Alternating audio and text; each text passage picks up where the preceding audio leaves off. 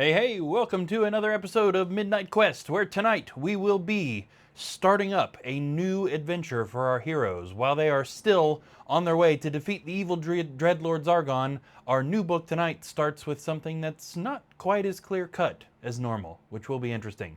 Tonight we're going to be following a group of 4 heroes as they begin to explore a mystery, and we will leave that mystery until we start getting into reading the actual introduction of the book and all that good stuff. Okay, now our schedule is a little bit flipped around and wrong tonight. So normally tonight is a painting stream, and normally last night should have been a quest, but Savannah and I actually flipped. This was 4th of July weekend, so Independence Day here in America, and the schedule yesterday was just absolutely nuts, and I was completely exhausted yesterday. Went to bed super early, didn't even watch most of her stream, which I normally try to stay awake. I went to bed early and went to sleep. So we are doing the quest tonight, but I am excited because today has also not been a particularly amazing day for several different reasons. So I am very much looking forward to getting into the quest and getting some of that escape in there so that we can go to bed, end the day strong and go to bed and start the day anew. Okay, so we've got a little bit of quest setup to do, of course, before we can get in. Since we are starting Book 4 tonight, we've got an introduction page of text to read, and then we're going to be picking our heroes and reading the quest text, and then on we go. I see we've already got some people headed in the chat. We've got Gohan here, we've got Justin Pollitt here. Awesome to see both of you guys. And yeah, you guys were here like an hour early, which is amazing. Which is great. As soon as I logged on and saw the stuff in the chat, I was laughing about that. So I, in honor of Gohan's excitement, named tonight's episode "New Book, New Book, New Book," because I also saw your disappointment yesterday when you had put New Book" in there, and then it ended up being a painting stream instead. So in honor of that, we have named tonight's quest New Book, as it were. Okay, so I guess we ought to talk a little bit about the series of books, being that we're starting a new one, and then we'll get into the introduction text. However, an ad has started, or okay, it's literally the ad has just started. So just in case anybody happens to be watching totally brand new and is now watching an ad, I'd hate to start this introduction text and they don't even get to hear what it is. Okay, so as I'm sure you guys know, but I'll remind you just in case you don't know, there are 14 books in our current campaign, and each book has an average of like 10 or 11 quests in it or so. And we're just past 2 months into streaming, and we are starting Book 4. So tonight is Quest 1 of Book 4, and I'm going to try and keep an eye out because, again, we've already had these quests kind of extending into a fairly large amount of time that they take. So I don't want to start staying up till 4 or 5 a.m. doing this, so if there's a good middle point, we may again split this across 2 streams. I really hope that's not the case, but it is entirely possible. As we go further into the campaign, the quests become longer and more complicated. It's going to mean that they're going to take more time to do. So we'll figure that out as we go, and as we go, we will continue to figure out the best course of action until we have landed on the thing that works the best. So I appreciate you guys hanging in there no matter what we're doing, as we're still very new at this and we're figuring out how to do it right. If you guys have suggestions, please feel free to let me know on that. I am keeping the VODs on YouTube uploaded as one quest, even if it takes 2 streams, or maybe some of the later ones might even take more than 2 streams to get through. Over on YouTube, it will be collected as one single video. Okay, we are done with the ad, so let's get into the introduction text and get into this quest. Hope everybody's doing good. But if you're brand new here and you're in the chat tonight, don't be afraid to actually throw something in the chat so that I know you're there. It's always good to know who's in here, and we're all super friendly here. We always have a great time, great fun conversations going on. So don't be afraid to let us know you're there. And if you have any questions, by all means, say something. I don't mind explaining what in the world is going on or how something works. Okay, here is the introduction text to Book 4, which is called Prophecy of Telor.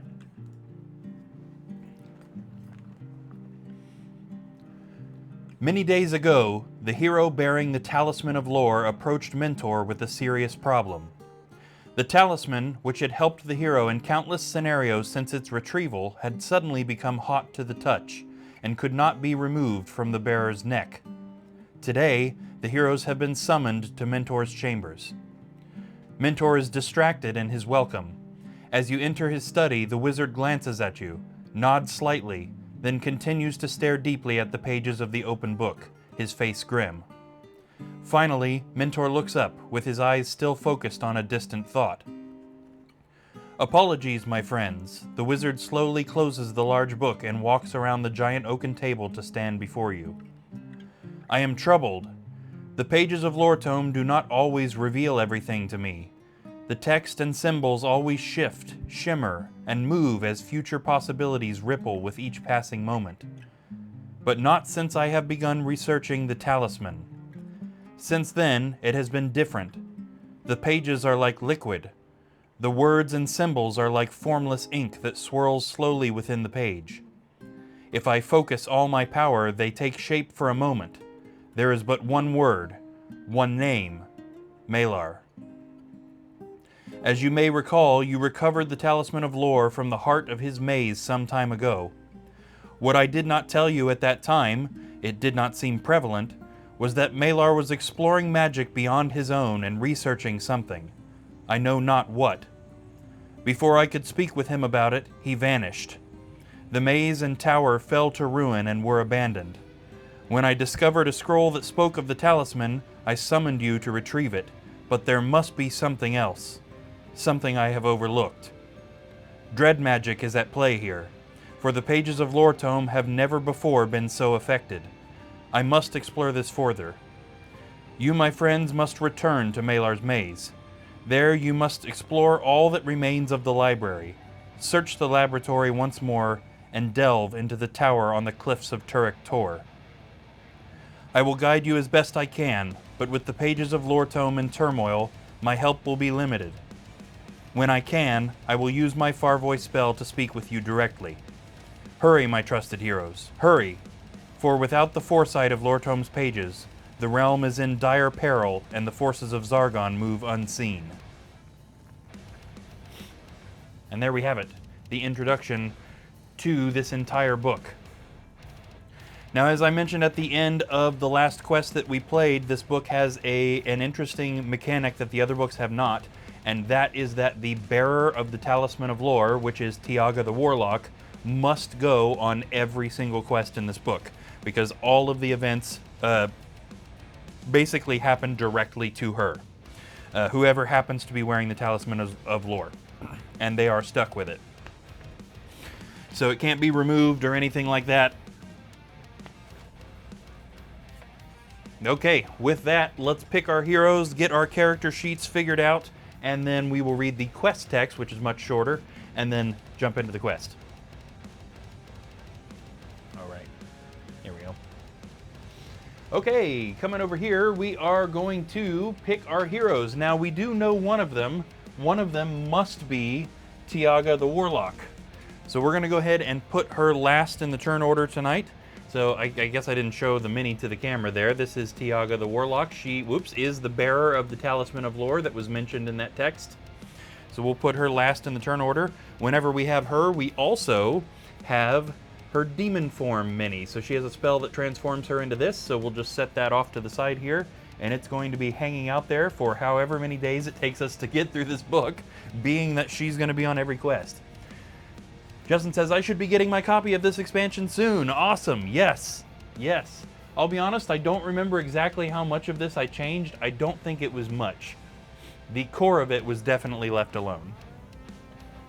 Okay, as for our other heroes tonight, they will be randomly selected. So we currently have 12 heroes total in the ranks, but only 4 can go on each quest. One of them is going to be Tiaga. The other 3 are going to be chosen from our deck here of Beatles cards, which line up to a character randomizer sheet on the wall behind me.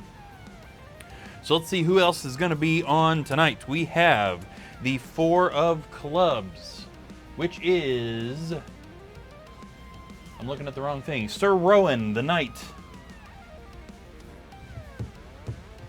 There we go. He was kind of facing away, so I didn't see him right away. Sir Rowan Talbot, the Knight. He is, I believe, our newest hero at the moment. Well, I guess not counting Rana the Dwarf. Sir Rowan is fairly new. Our next hero, the Three of Diamonds, is Morkai the Wizard. Here is Morkai, kind of our old man wizard. Featured today in the short that was uploaded to YouTube, TikTok, and Facebook. If you guys have any of those and you haven't followed us on there, make sure you do. Justin Pollitt, actually, that's in our comment section here, does our shorts. And we had one today where Morkai has the zoomies, which was hilarious. I absolutely loved that one. And our third hero here, the final random pick tonight, is the Ace of Clubs, which is Sir Ragnar. We got two knights going on. There's Sir Ragnar right there. Double Knight Quest.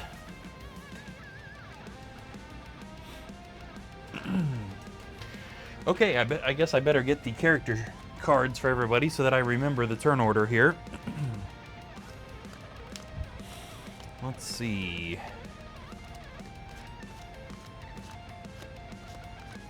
They must all be at the other end of the deck. That figures. I feel like we haven't seen Moonstone for a little while. Her card's got to be coming up, surely. There's Ragnar. There's Sir Rowan.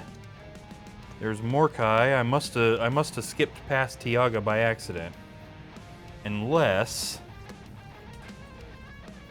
I did have her card out during the creative stream this week. I wonder if I put it somewhere stupid instead of putting it back. Or did I just jump right past it? Oh, I jumped past it. There it is. That's right, because she was also on the quest last. Not last night, but a couple nights ago. Yes! Justin, you're on a Storm of Evensund kick, aren't you? You have been chosen. I love it. That is a reference to the opening, not the opening track, but the opening song, if you will, of a concept album that my band Right Way to Nowhere did back in 2009. Old. Old, old, old. That was the year I turned 18. The bass player in the band turned 19 that year, and the drummer, my sister, turned 14? Yeah, 14. So if you go check that out on Spotify, it is on there. A 10th anniversary remix is on there. You will hear exactly that.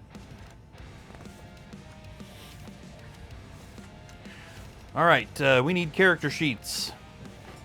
There's Ragnar, there's Tiaga, there's Sir Rowan, and Morkai. Awesome. So just about all the newer heroes other than Rana.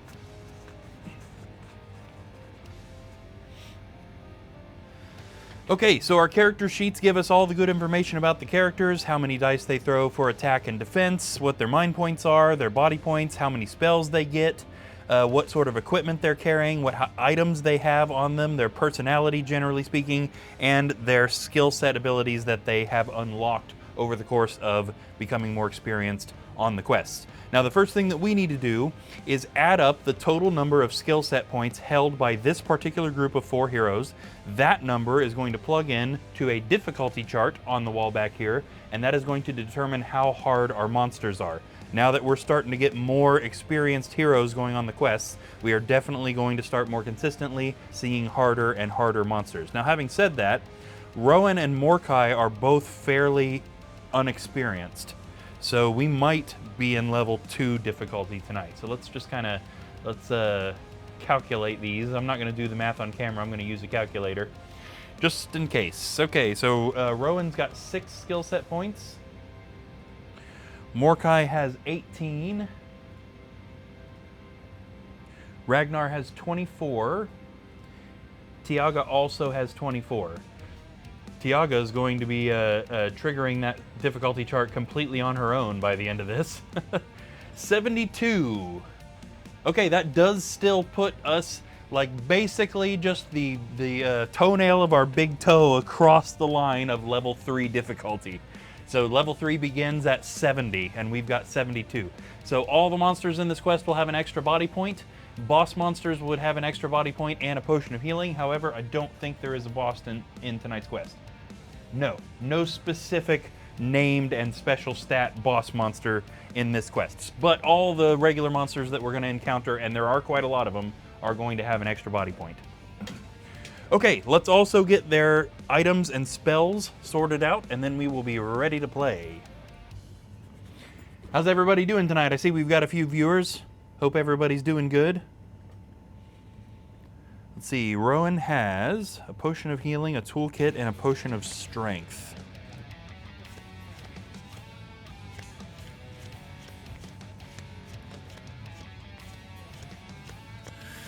There we go.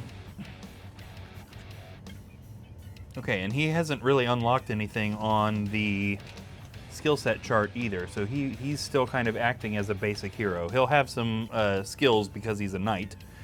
Mordecai has 2 potions of healing, an airwalk, and a lightning bolt spell scroll. I'll just screw up saying all of that, like as hard as you can possibly screw up saying stuff like that. What did I say? 2 potions of healing, an airwalk, and a lightning spell scroll. There's the lightning bolt spell scroll. And there's his airwalk as well. Justin says, not bad. Ended up playing D&D with the guys on Discord for 5 hours. Nice. Hey, you can't beat that. Were you DMing that one, or were you just kind of part of a different group? Ragnar's got a potion of defense. There we go. He's got toolkit disarm, as does Mordecai. Okay. Tiaga has the talisman, of course, but we're not going to give her that card. That stat change is reflected in her mind point total, so we don't need to worry about writing that down. She also has a couple of potions of healing. We need to use up some of these potions. We have got too many. Oh, she's got 4. Where in the world did she get 4 potions of healing? Potions do not return to the treasure deck unless they are used. Just as I was playing, gotcha. So the more potions we hoard, the more likely we get bad stuff out of searching for treasure. So we need to be using these up so that they're going back into the deck. She also has a couple of potions of magic resistance. There's one, and there's another. And I think that's it for items. So let's get spells and skills. Okay, Sir Rowan. Sir Rowan has the 3 knight skills, of course. So Rallying Call, Imperial Training, and Concentrated Attack. And we will cover what those do when and if he uses them, just so that there's not too much explanation right at the beginning. Mordecai gets some spells, we'll come back to that. Ragnar also gets the 3 knight skills, just the exact same thing that we just saw Sir Rowan get. So Concentrated Attack, Imperial Training, and Rallying Call.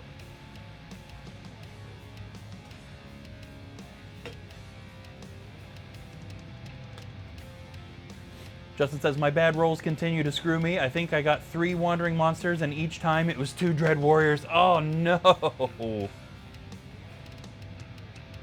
Oh, that is the worst.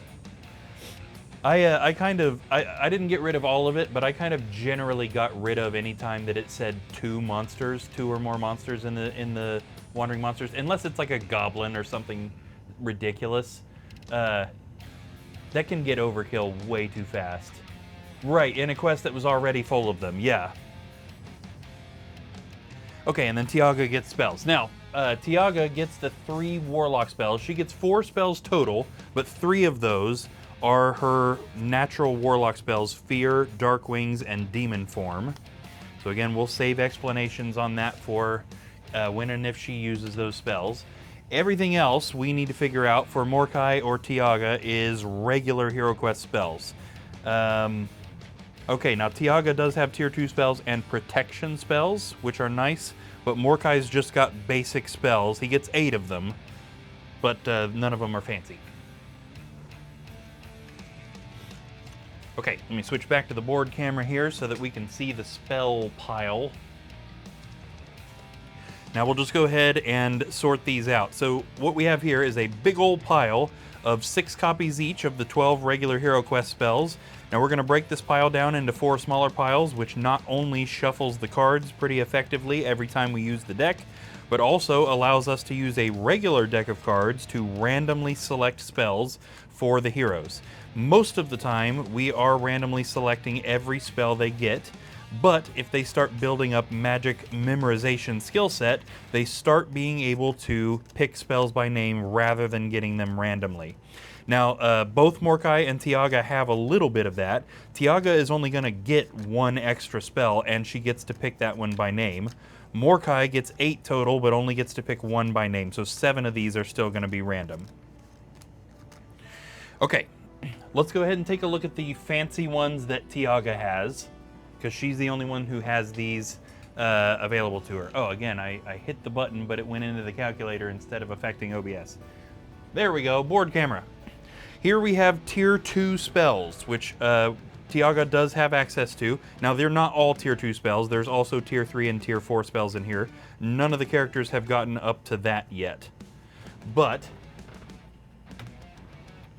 Tiaga also has access to these. Now, she'll get to pick 1 by name. But let's also take a look at the protection spells, because I think that's brand new to her. I'm pretty sure she just got access to those in the last quest that we did. There we go. We have 3 spells of protection. And let's see if there's anything good in that before we pick. Okay, invisibility, basically Veil of Mist. Dispel forces a spellcasting monster to get rid of a spell. That's always kind of a toss-up, because if there's no magic user in the quest, you kind of waste having that. It can be really useful. And then Wall of Stone, which is probably the most useful of these 3, which just puts up kind of a barrier that the monsters would have to destroy before they can get to the heroes. That's probably the best one of these spells of protection.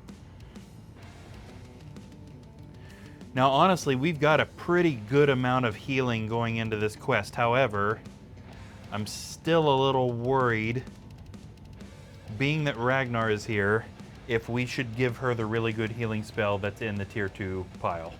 It would be interesting to give her something different, and I probably would in a normal situation. But I am worried about the bullying that could theoretically occur.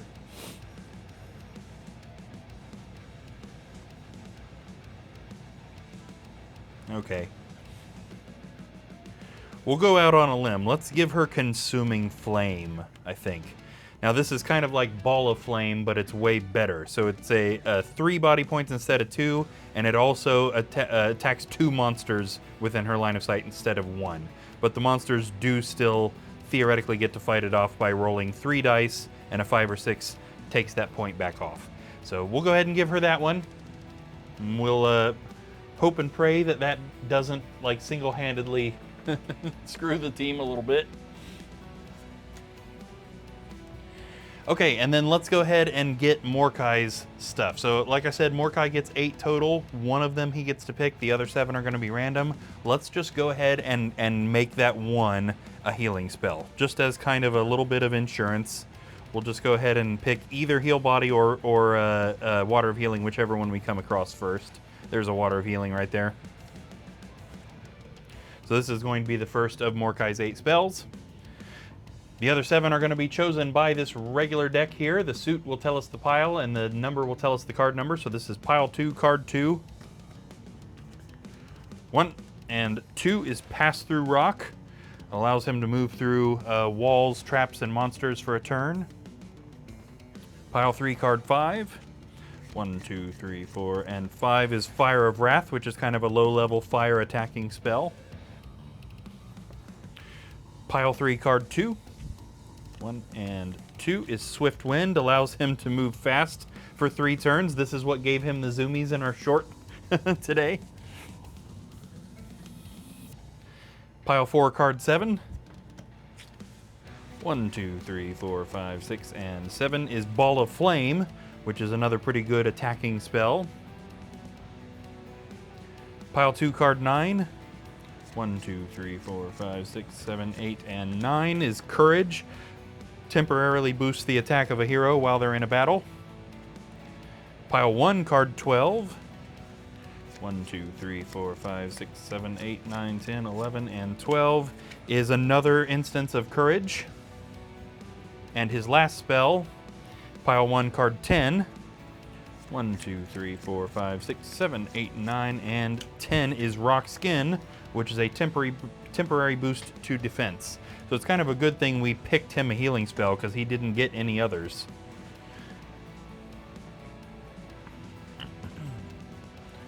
All right. Let me kind of fix up that pile of spells there. I like to put these in a way that I can see all the names of the spells, but that they're not taking up too much space over here.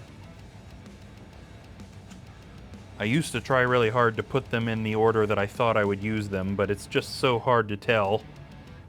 Kind of stopped doing that. Okay. And with that, I think we are ready to go.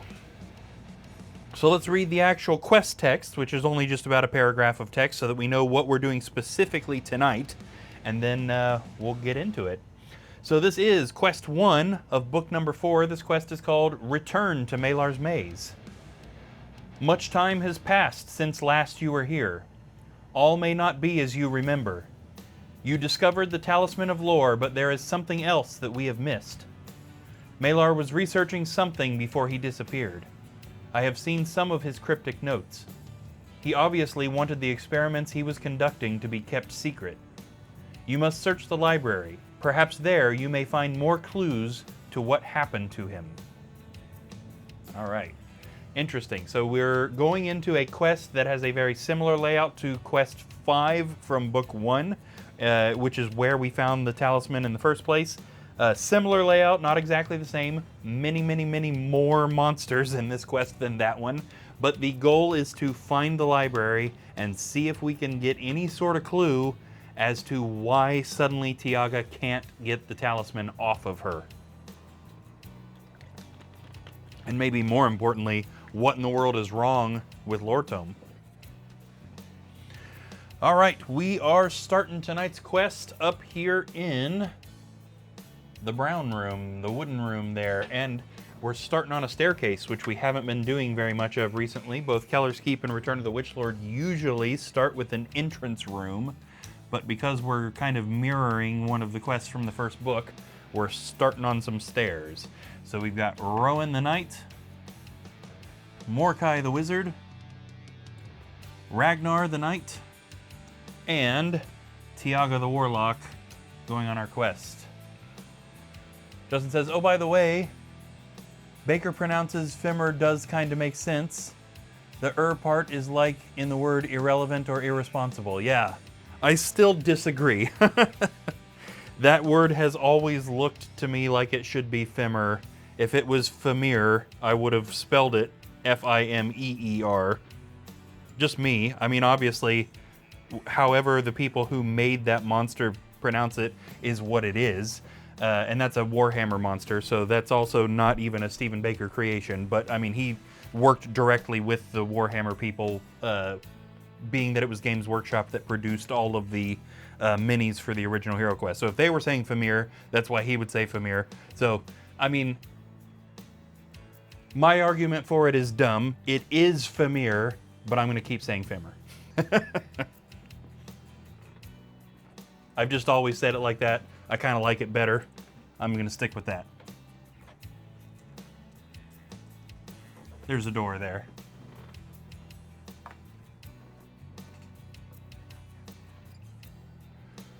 Okay. Yeah, I don't think there's any other things that we need to do. I'm still kind of feeling like I've forgotten something, but I don't think I have. Yeah. All right, so I guess we need to start off with some searching. Oh, you there is here. Boo. You scared me. All right, Rowan, he likes secret doors is what his personality... Oh, who is questing? You don't want to know. You there. We've got Sir Rowan, the Knight, Mordecai, the Wizard, Ragnar. We'll just move on, and Tiaga, the Warlock. All right. So Rowan, what are we gonna search for or move? Yes, yes, Ragnar. It's a different Ragnar. Remember, Ragnar is a last name, not a first name.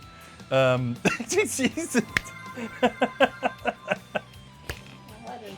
It was right off. I was gonna say it's Ragnar's cousin. It's not him, but we're right on top of it. Okay.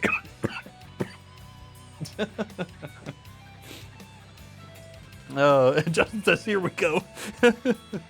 Okay, we have here a big old pile of dread spells, a random one of which is going to get cast on Ragnar because you there hates Ragnar with a burning passion. We're gonna go to the 13th spell down in this pile. 1, 2, 3, 4, 5, 6, 7, 8, 9, 10, 11, 12, and 13, as long as this spell makes sense. Yeah, I think we can make that happen. Definitely sucks, but we can make that happen. Okay, we have drawn the Rust spell. Uther says, okay, I'm kind of busy, just going to lurk now and let Ragnar do his stuff. It's all good. Okay, so let's see what this does. The spell that you there triggered is Rust. Now, we know that this was pretty disastrous for poor Thraken the Barbarian a few nights ago. Justin actually drew this same random spell and ended up destroying Thraken's battle axe. Now, this is one of those spells where in original Hero Quest it theoretically could have been ineffective. However, this is made so that you got to keep rolling until it is effective. So, this spell causes a piece of the target hero's equipment to become so thin, brittle, and useless that it must be discarded immediately. Roll 1 movement dice. Excuse me. And then it lists what they get rid of depending on what we roll. If the hero does not have an item equipped in the slot you roll, re-roll until the spell is effective. So let's go ahead and roll a movement dice. You can check out the bottom left-hand side of the screen for a dice cam there. We've rolled a 6, which is chest armor. And that is his chainmail. Yes. So that is effective indeed. So right as soon as Ragnar walks into the quest, suddenly he's like, what's happening? Why does my mail feel weird? And then he realizes that his chest mail is just totally done for. And that really sucks. That drops him down to 2 defense dice for tonight. Could have been worse, but that's how it goes. Okay, I actually didn't visit the armory beforehand, but I don't think... Yeah, we don't have anybody right at the moment who has Tier 2 armory, which is really what we're looking for. We have it. I think Robert Tylan has Tier 2 armory, but we'll wait till we draw him for a quest and see what we have. You there says, oh, I'm happy with that. We'll try to get back to murder him. Absolutely. As I've mentioned a couple of times in the last stream we did, I found this quest book, the actual Avalon Hill version of this quest book, to be like unduly easy. So I did actually ramp up the difficulty quite a bit. There are a lot of monsters in this quest tonight, so you may not even have to help him. Or help the monsters, rather. Okay, Sir Rowan. Are we searching for traps, searching for secret doors, searching for secret doors, searching for treasure, or leaving? He is searching for traps in the room with the stairs. And there are none in there. Okay, Rowan, secret doors, treasure, or leave. He is leaving. We might have to rethink that secret doors searching thing, because he ignored it both times. All right, keeping in mind, the heroes can leave the stairs on any square. So he doesn't have to leave like that. He could totally like jump over Mordecai's head and this would be 1. So we'll just go ahead and do that. 1, 2. I don't think it really matters in this context, but we'll figure it out. He is opening the door. And out in the hallway, we find a wall and another door. And that is all. Rowan, are we stopping to search for traps? No, because why would we? Okay, so he went 1, 2. Once he gets out into the hallway, he is going to be moving upwards. So 3, 4, 5. See what he sees down this hallway. Rowan finds a wall and a door. Whoops. And me destroying the dungeon by accident, apparently. Okay, Rowan, are we stopping here to search for traps? Yes. Now, he doesn't have the action to do it, but he's going to stop there. Justin says, traps never hurt anyone. They're just trying to live their best life. Yeah. They got to serve their purpose. I mean, what's a trap without firing? What's an external hard drive without stopping working? Mordecai. Secret doors, treasure, or leave? Treasure. He is going, Mordecai's going straight for the good stuff tonight. Let's see what Mordecai finds. Mordecai finds a small wooden box. It is simple looking and very old. Within, he discovers that it is lined with velvet and contains very small jewels worth 50 gold coins. Yeah, apparently. Okay, math on camera. Let's see. That is going to put us up to 4,825. Yeah.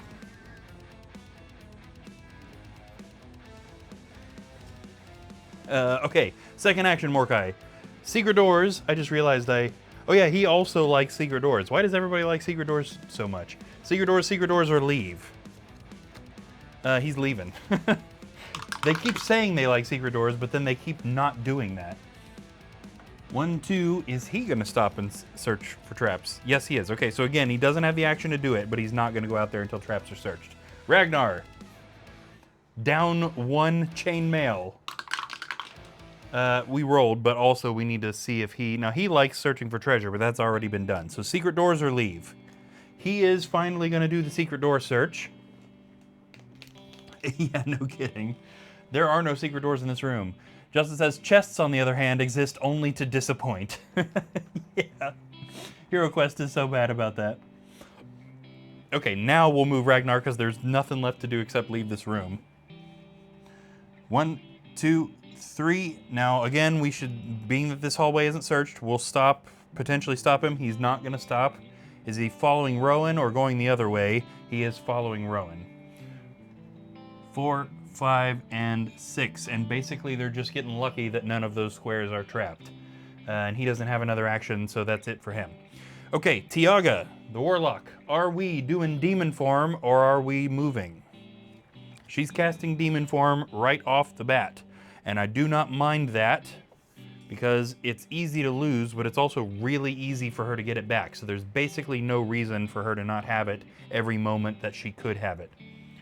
The Warlock ignores pit traps and may roll 1 extra attack dice for close and long range attacks. This spell is broken when the Warlock suffers 1 body point of damage. Regain this spell when she reduces a monster's body points to 0. So we're going to swap out her mini for the Demon Form mini. And then we'll get her moving. 1, 2, 3. Is she going to stop? Nope, we're not stopping tonight. Absolutely not. We've already got 2 heroes going up, so let's send her down. That was 3, 4, 5, and 6. And again, she does not have the action to actually search. She did, however, get lucky that none of those squares were trapped.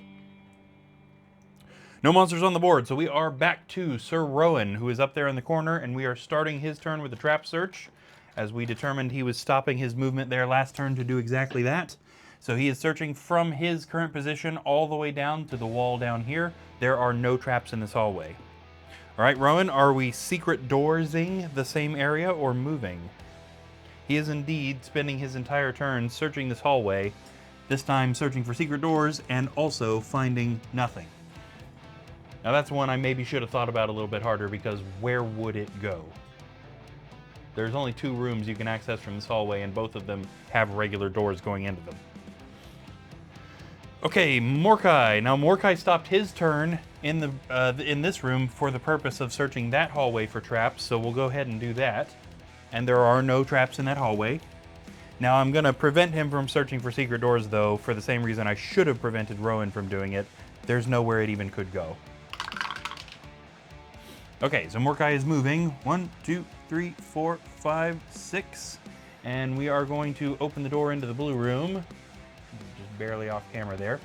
We've got an interesting thing here in this blue room, and more than a little bit of stuff. First off, there is a throne, and people with better memory than me might remember that this was a room that existed in Quest 5 of the first book.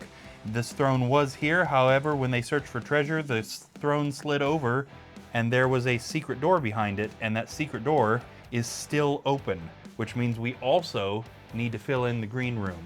However, there's still a little bit more stuff in this blue room. We have a mountain goblin, and boy am I glad to see a goblin.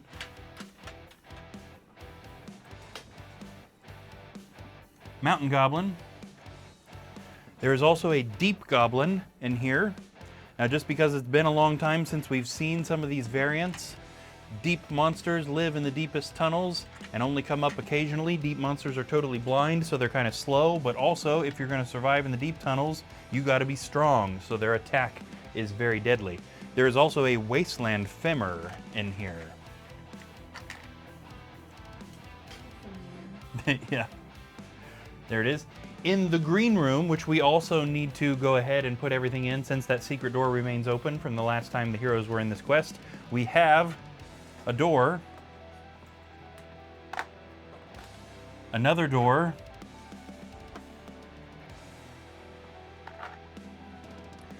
an alchemy bench. So we'll put down a carpet tile there. Try and get it under that chain so that we can get our alchemy bench set in there. Also in here is 2 wasteland goblins and a deep orc.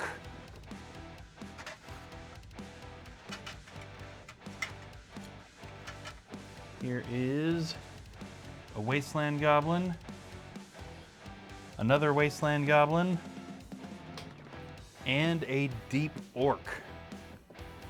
Where are my deep orcs? I'm so unused to looking for these drawers now. I was starting to get used to where they were. There's the deep orc right there. Okay, Mordecai, we don't have any other actions. He searched for traps and then moved. So I guess we're gonna just stop him right there, because we could move him in, but then he's guaranteed to get surrounded on all 3 sides by monsters, which would just be stupid. Given Tiaga could also go in there.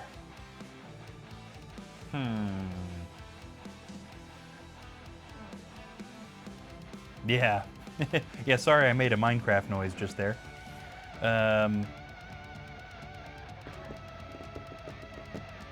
Do we want Mordecai to walk in there knowing that Tiaga could walk in there after him?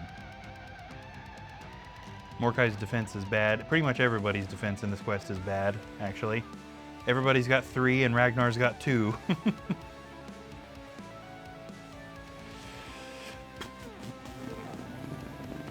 Yeah, I do think actually strategically this is going to be the best possibility. It's weird, but knowing that Tiaga needs to go in there in order to see a monster to actually attack it, we should probably move Mordecai.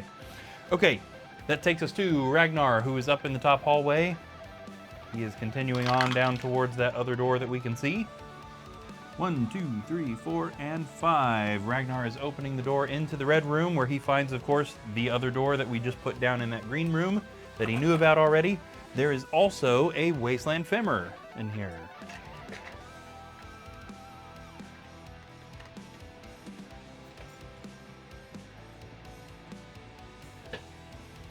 Now Ragnar, on the other hand, does still have a second action, so he could go in there and fight that thing. However, is he going to search for traps first?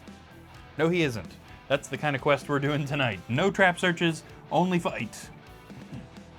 Luckily, that particular square is not trapped, and Ragnar is going to fight, swinging his battle axe at the femur and hitting it with a 3. I'm pretty sure I know these things' stats, but let me review just to make sure. Wasteland Femur, 3 attack, 3 defense, 2 body points. Yes. So normal Hero Quest stats. And it doesn't defend a single thing, which does mean it's dead. Now, keep in mind, 2 body points are what's printed. It actually has 3 body points because of our difficulty chart, which means that thing has 3 attack, 3 defense, and 3 body points. He did still just land 3 hits on it. So Ragnar starting off strong.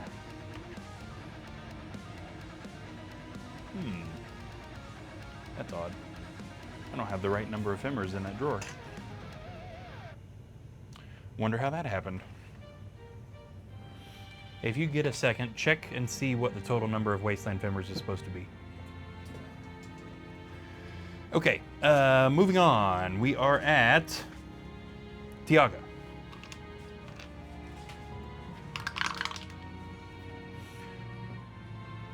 One, two, 12.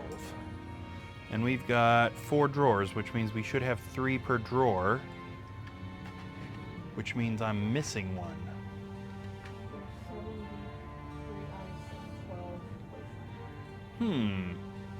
Wonder what I did wrong there. I might have put a deep femmer in the wrong drawer one of these times.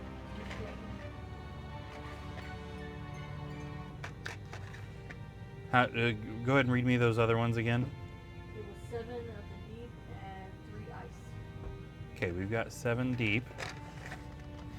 We've got 3 ice. So where is the missing Wasteland Femmer? Why do I only have 11 of those?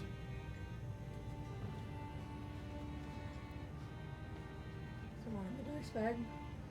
Ah, one's in a dice bag. Oh, Yeah. so there's some Femmer in the dice bag. I bet that's exactly what it is. That Justin says, hasn't didn't you been- drop one a while back? I may have, but I'm pretty sure that I think that's one of the ones in the dice bag. Yeah. But good call there, Justin, because I drop stuff fairly often. I usually remember to pick it up, but it wouldn't surprise me if I had forgotten something once or twice. Okay, so Tiaga is has not finished her movement. She is still over here. She could walk into that room and fire, and I think that's probably the move. She could probably also hit this Wasteland Goblin, or sorry, that's a Deep Goblin right there. I'd say she can see anybody but the Wasteland Femmer at this point. So the Deep Goblin or the Mountain Goblin, and the Deep Goblin is a bigger threat of those two. So I think we're gonna try and get her to hit that guy. Sending a blast of demonic energy at the Deep Goblin. Tiaga fires and hits it with a 3. Hey, that is a skilled strike, and that Deep Goblin is super dead. Get out of here. We weren't seeing a whole lot of that in Return of the Witch Lord either. Even with level 3 difficulty, a 3 skulls is a skilled strike on a Deep Goblin. Very nice. Okay, that brings us to the monster's turn, and we have more than a little bit of stuff going on. So let's get this guy up here. The Wasteland Femmer attacks Mordecai, swinging its axe and hitting him with a 1. Mordecai does not block the attack, dropping him to 10 body points. The Wasteland Goblin is also coming for Mordecai, swinging its sword. Why do I keep saying Wasteland Goblin? Mountain Goblin, hitting him with a critical hit of 2, which he blocks. We also have 3 monsters in the green room here, which theoretically could go over there. Keep in mind, though, this is 2 Wasteland Goblins and a Deep Orc. All of those are slow. So Wasteland variants trade in movement for defense. Deep variants trade in movement for attack. So let's just see. Wasteland Goblins move 5, and a Deep Orc only moves 4. So can we even get one in there? 1, 2, 3, 4, 5. Not quite. But we can get... Yeah, both of these 2 monsters could get to Ragnar, though, so let's do that. So we're going to go ahead and open this door. And the Deep Orc, 1, 2, 3, is going to come in here. Now, I did say that they trade movement for attack. That is true. This Orc swings its sword and misses Ragnar with 4 dice. Okay. I'm glad I just said they have higher attack instead of saying they were dangerous. 1, 2, 3, 4, 5, and the Wasteland Goblin swings its axe, hitting Ragnar with a 1. Ragnar blocks. Ah, jeez. Okay, we are to Sir Rowan, who is up there in the corner and the only one who is missing out on the battle, so we better get him up there. 1, 2, 3, 4, 5, and 6. What's his personality regarding safety or battle? He is equal. So either way, is he going to search this room for traps, or is he going to attack somebody either close or long range? He is going to actually search for traps. Now, if that were a bigger threat, I would have had him ignore that and just go into the battle. But Ragnar's probably got that handled. There is one trap in that room, and it is a pit trap. The deep orc is apparently straddling right at the moment. Okay, Morkai the Wizard right over here is partially surrounded, but we might as well have him get rid of the easier monster. So if he attacks this goblin right here, he's probably good off. Now, just like several of the other heroes, he attacks better at long range. So it would probably, be to our benefit to move him here so that he can fire at that guy instead of swinging. Morkai sends a blast of energy from his redwood wand, hitting that mountain goblin with a 2. It does not block, which means it is dead.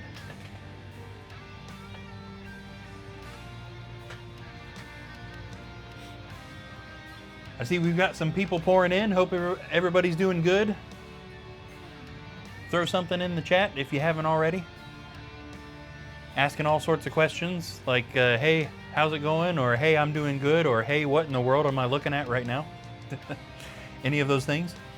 We are now at Ragnar, who is up here and also partially surrounded. Probably needs to get rid of the deep orc. The deep orc is a bit of a bigger threat than the goblin is right at the moment, so let's do that. Ragnar swings his battle axe at the deep orc, hitting it with a 1, which it blocks. That's no good. Wouldn't have killed it even if it hadn't blocked, but still. Okay, Ragnar's second action, might as well search for secret doors in this room. There are none.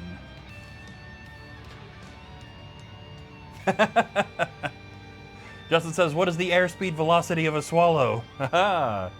It depends on the load it's carrying, doesn't it? Is it carrying a coconut? Moving on to the Warlock.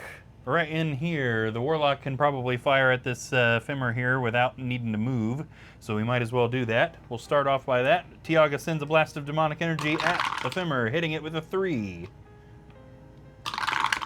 The Femur, defending nothing, is dead. There. Yeah, these Femurs are supposed to be bigger threats. Not tonight, apparently. Okay, this also leaves her open to do something else in that blue room now that the blue room is free of monsters. That blue room has not been searched for anything. So is she going to search for traps, search for secret doors, or move in there with the intent to search for treasure on her next turn? Or is she just going to go straight for the green room without searching anything? Hey, Ash Ketchum says, yo, Midnight Quest, hope you have a nice week coming up. Yes, thank you. You too, Ash. Very much appreciated. I am getting ready to participate as the guitarist in the pit for a musical performance of Annie Get Your Gun. Uh-oh. Hey, we got a new follower. I forgot the name of her followers there for a second. Thank you very much, Comics Bill. Hope you're doing good. Thank you very much for the follow. So yeah, my week coming up is definitely going to be interesting as we enter the kind of more intense rehearsals. Ash says, oh cool, I was just like 3 weeks ago looking at guitar parts of musicals. Nice! Yeah, I play in one at least annually. There's a town near me that does them pretty regularly and likes to use a real band instead of tracks. Ash says, I think I saw the part for Legally Blonde. The full guitar part has like 6 guitars in it. Oh, that's nice. Usually there's like a guitar part and it was clearly written by a keyboardist. And it's like basically impossible to play. Ash says, what guitars do you use? Depends on the play. I have a lot of Jackson guitars. I'm definitely a like Metallica-esque metal kind of guy if I had to pick one style of music, but obviously I play everything. Recently I've been using some Ernie Ball Music Man guitars. I've got one of the actual John Petrucci signature Majesties, which has the piezo pickup in the bridge, which works really well for these musicals. The ability of that guitar to do lots of different things has kind of made it the chief musical guitar. It's also a 7-string, which is kind of hilarious. People walk in, the guy next to me is playing a big old stand-up bass. We got like a 10 or 12 piece orchestra down there in the pit, and I've got a 7-string guitar. Yes, thank you. What kind of stuff do you have, Ash? I have 2 things instead of money, and that is guitars and HeroQuest stuff.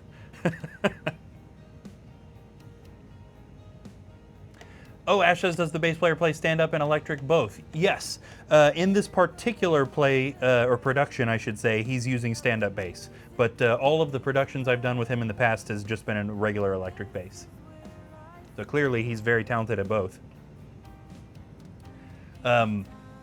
Tiaga's, before I forget what's going on, it's just traps, secret doors, move in there, search for treasure next turn, or ignore all searching. She is searching for traps in there. Ash was a euphonium player in band, and into college I started out majoring in music. Oh, that is amazing. Yes, as I grew up, my dad was a music teacher, a private music teacher, and that is now what I do as well. That's my day job, is that I'm a private music teacher. Mostly, rock band instruments, if you will. So guitar, bass, drums, keyboard, that sort of stuff. Yes, yeah. I played trumpet in band, but I was also homeschooled for the kind of the second half of my schooling, so I wasn't able to stay in band or do marching band or anything like that. So I'm not super familiar with most of the band instruments beyond how they interact with regular music theory or reading notation. But all the rest, my dad put a guitar in my hands when I was 4, so I've been playing guitar for a second. There are some traps in that blue room that Tiaga has just found.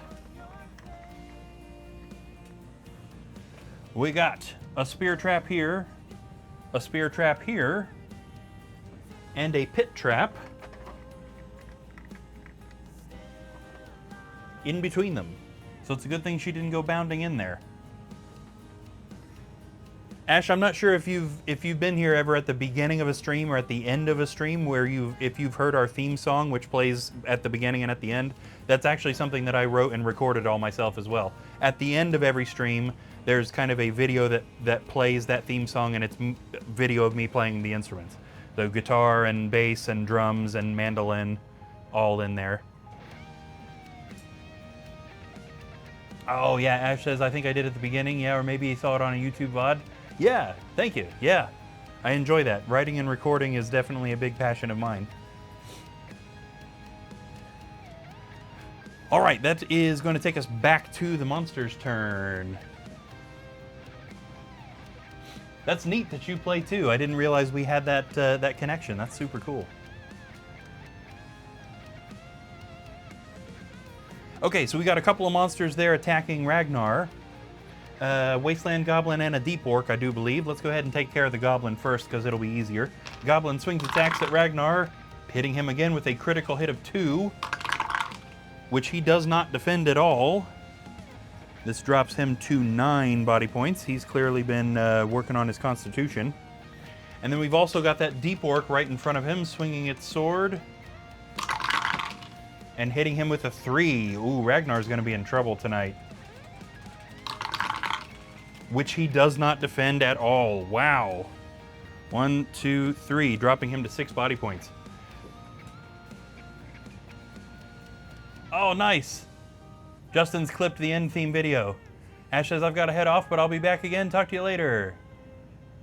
Nice drum set. Wow, yes, thank you. That's something we've been putting together for a long time. Oh, Savannah gets an potion of healing. That's great. Well, let's just apply that right away.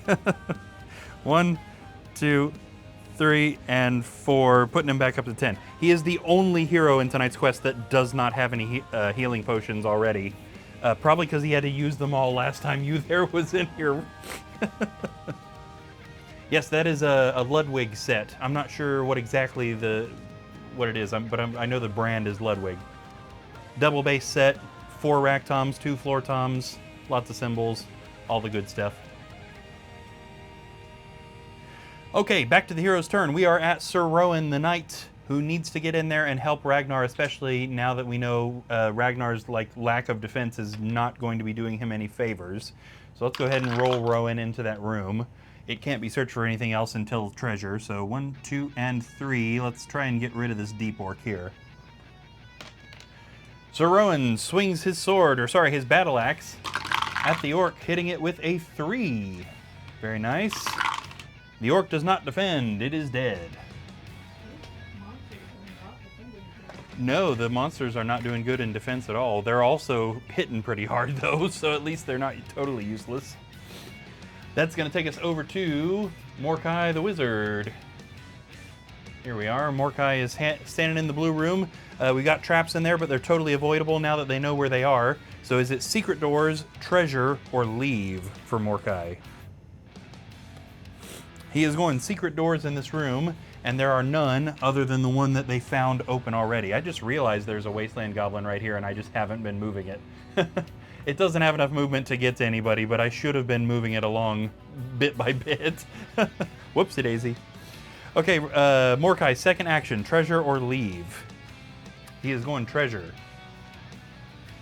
I'm about to change his search preference to treasure, because that's twice now. There's only 2 treasure searches so far tonight, and they've both been him. This time, however, he's found himself a wandering monster, so it didn't pay off, I'm afraid. Luckily, the wandering monster in this quest is just a mountain orc, so it's nothing. This is quest 1 in the whole book, so we're not going nuts on the wandering monsters quite yet. The wasteland orc suddenly jumps out, mountain orc jumps out and swings its axe and misses.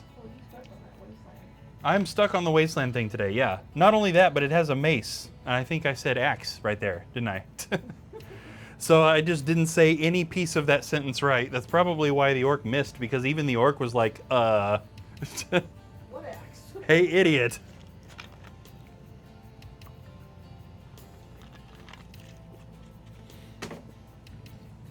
Okay, that's going to do it for him. So we are back up to Ragnar.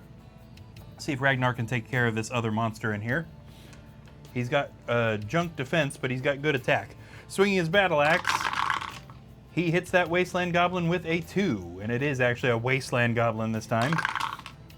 It's blocked one and not the other. Now, because we're at level 3 difficulty, that gives all the monsters in the quest an extra body point, so that goblin is damaged but not dead. And yes, nothing else can be searched in this room until that monster is dead, so we might as well leave Ragnar right there. Okie dokie, Warlock in demon form back here in the blue room, and there's nothing else to search for in the blue room, so she either needs to help out with that orc or head out for that wasteland goblin. Let's have her mess with this orc. We'll move her in, because there's a high chance she kills that goblin, and it's kind of unfair that I haven't even moved it. So let's target her at that orc. Sending a blast of demonic energy, she hits the orc with a 3. That's the way to go. That orc blocks 1, but still takes 2 points of damage, which means it is dead.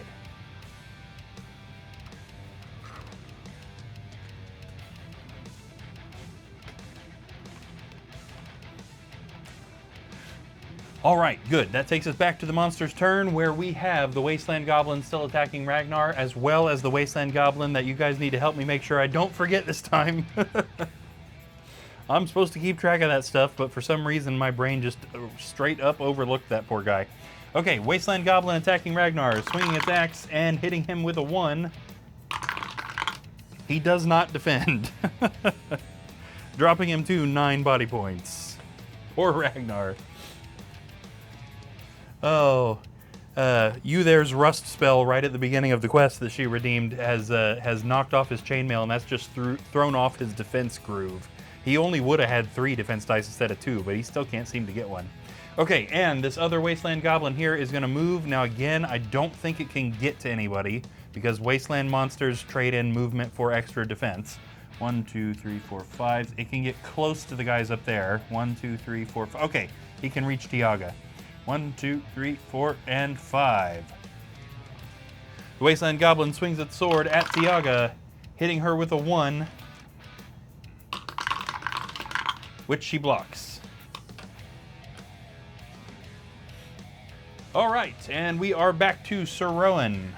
And Sir Rowan definitely prefers close range battle, so let's walk him over there. 1, 2, 3, 4. He's got a crossbow, but he hits harder close range. He swings his axe at the Wasteland Goblin, hitting it with a 3, and hey, even though that is a Wasteland Goblin, 3 is more than it could possibly defend, which makes that attack a skilled strike, and that goblin is super dead.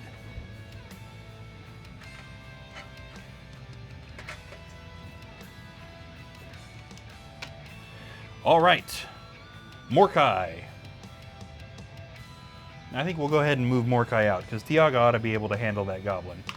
Except for that I said that and jinxed it. Oh no, Mordecai's got the zoomies again.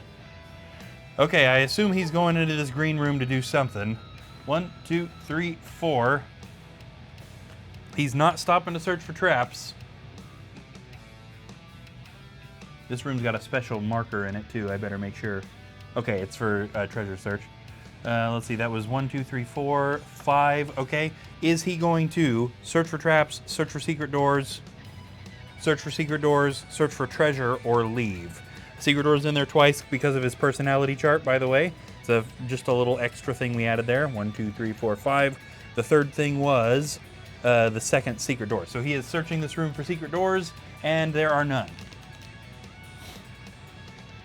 All right, Ragnar. We've got treasure we could search in that room, and he does indeed like searching for treasure, so we'll double weight that. Treasure, treasure, leave. He is doing treasure. Let's see what Ragnar finds. He finds a wandering monster. We're hitting the pocket of wandering monster cards we've somehow been lucky enough to avoid up to this point. Again, the wandering monster is a mountain orc. We're going to put it over here where Sir Rowan is not. A mountain orc suddenly pops out, swinging its axe at Ragnar and hitting him with a 1. He blocks, just barely. Bet you didn't see that one coming, buddy. Okay, since searching for treasure was his first action, he can actually retaliate, attacking this orc back, swinging his battle axe and hitting it with a 3. The orc defends 1, but not the other 2. It is dead. Whoops. And in doing so, also knocked Ragnar off his feet, I guess.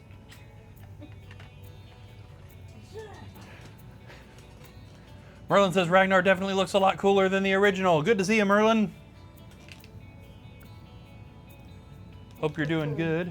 I'll put the light over the dice. Oh yeah, it's the setting that I normally use just stopped working. Oh, okay, cool. Yeah, technology and me. It's a Not a match made in heaven. toxic combination, it is. Yes, Merlin says you too, man. Yeah, I usually see you in person a few times between regular talks, but we haven't, thanks to the hard drive situation. Speaking of technology not working. Okay, that takes us, why were we at Ragnar? Was that right? Yes, that was right. So we are at Tiaga now. Oh yeah, I'll show the Merlin. This is Ragnar a little bit closer up. So yeah, definitely a lot cooler.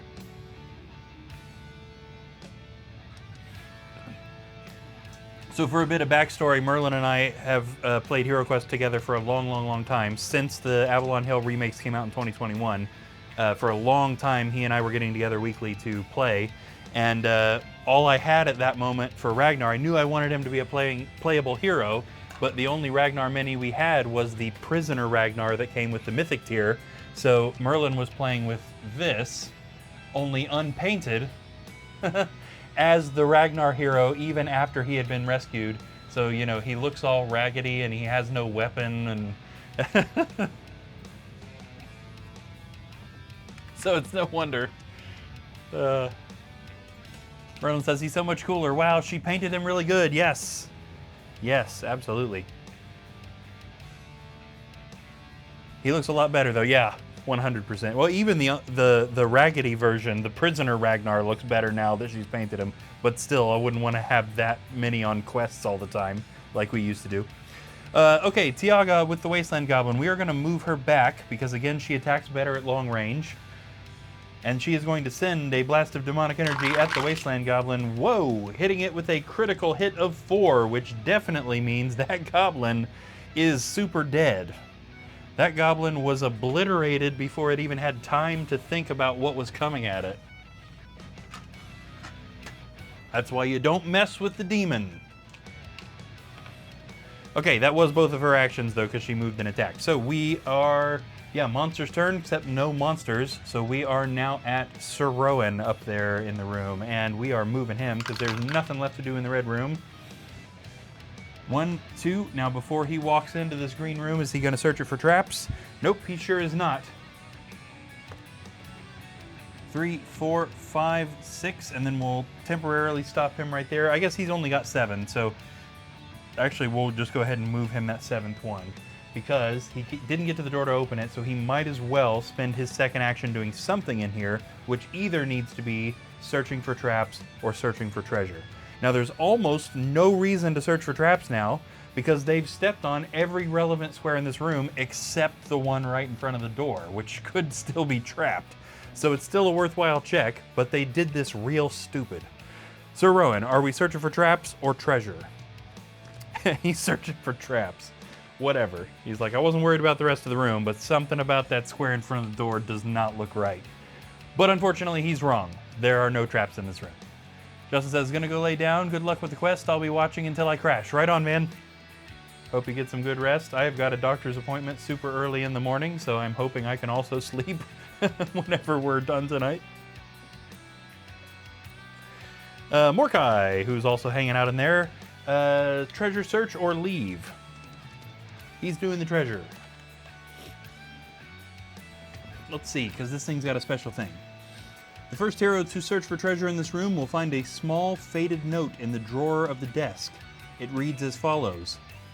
I need glasses. The talisman has aided my work. I see more clearly now what must be done. To defeat Zargon and his minions, I must dare to master the dread craft upon which the evil sorcerer's power so depends. Oh. So, Melar was doing something with dread magic. That's not good. By the way, Merlin, we're finally in the book with Melar and the Talisman of Lore and the what were we calling the roll? We reach a point where at the beginning of every turn, one of the heroes has to do a roll, and we were calling it like the stupid roll or something like that. Don't forget the stupid roll. We're in that book now.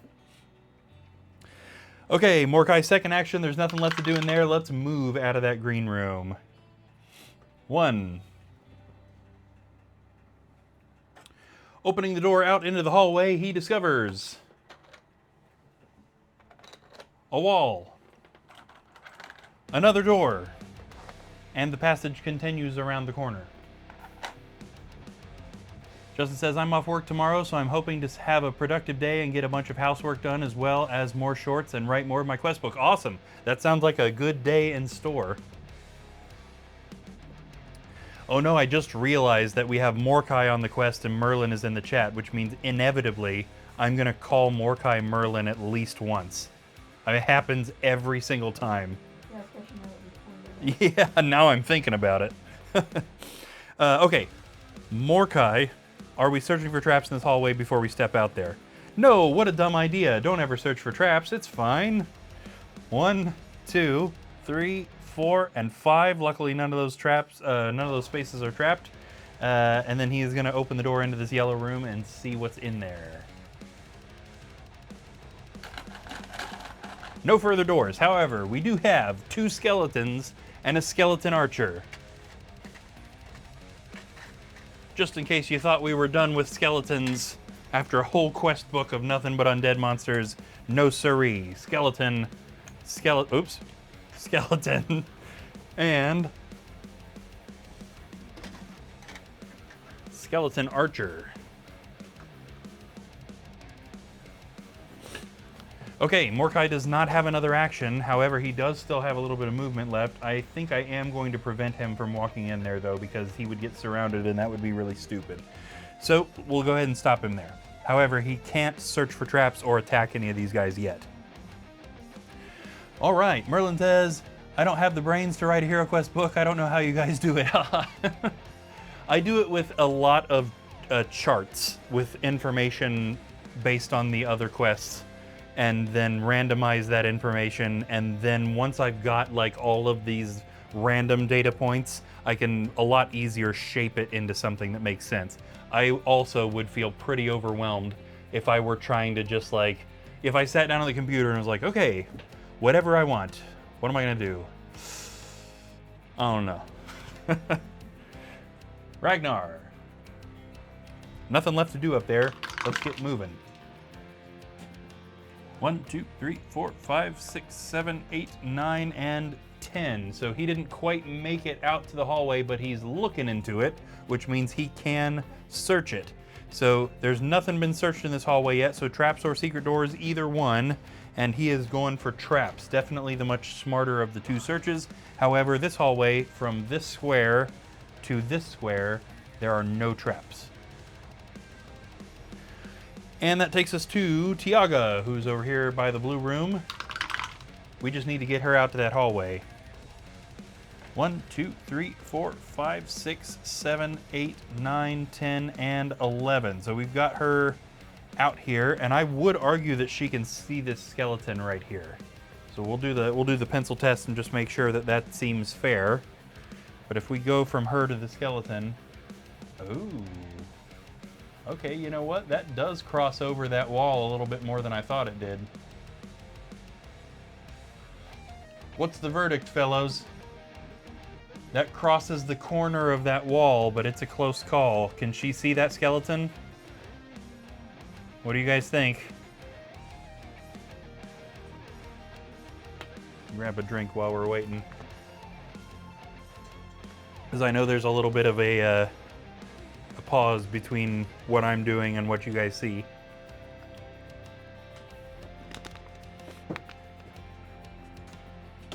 I'd say I would probably allow that in a normal game, but it's arguable. I could be swayed if any of you are feeling rather strongly that she shouldn't be able to do that. Oh.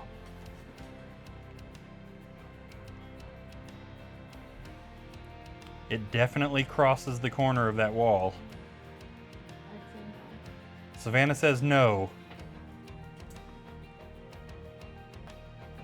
No other votes forthcoming. We'll say no. Okay, skeleton moving up to Morkai. 1, 2. Justin says the best way I found is to name the quest first and decide the final room, then work backwards. Attention span is my issue. If I could focus, I could knock it out in like a few hours. I also say no. Yeah, I can get a quest done really fast with all the charts I've made. I don't view any of it as a hard boundary either, so I could get all sorts of data points, put it all together, determine none of it makes sense, but still have a good enough idea to have determined what I want to do, actually.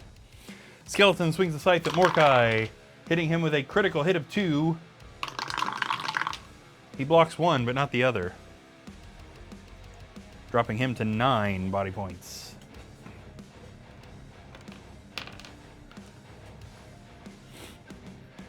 Okay.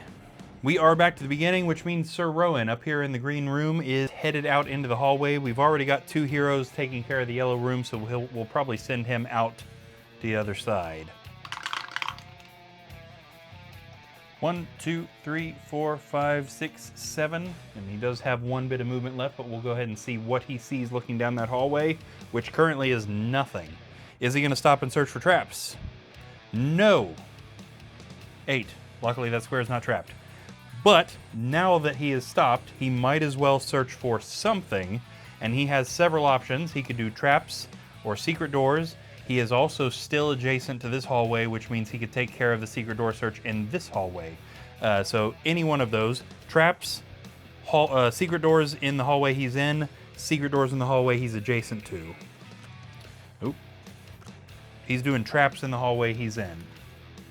And there are none.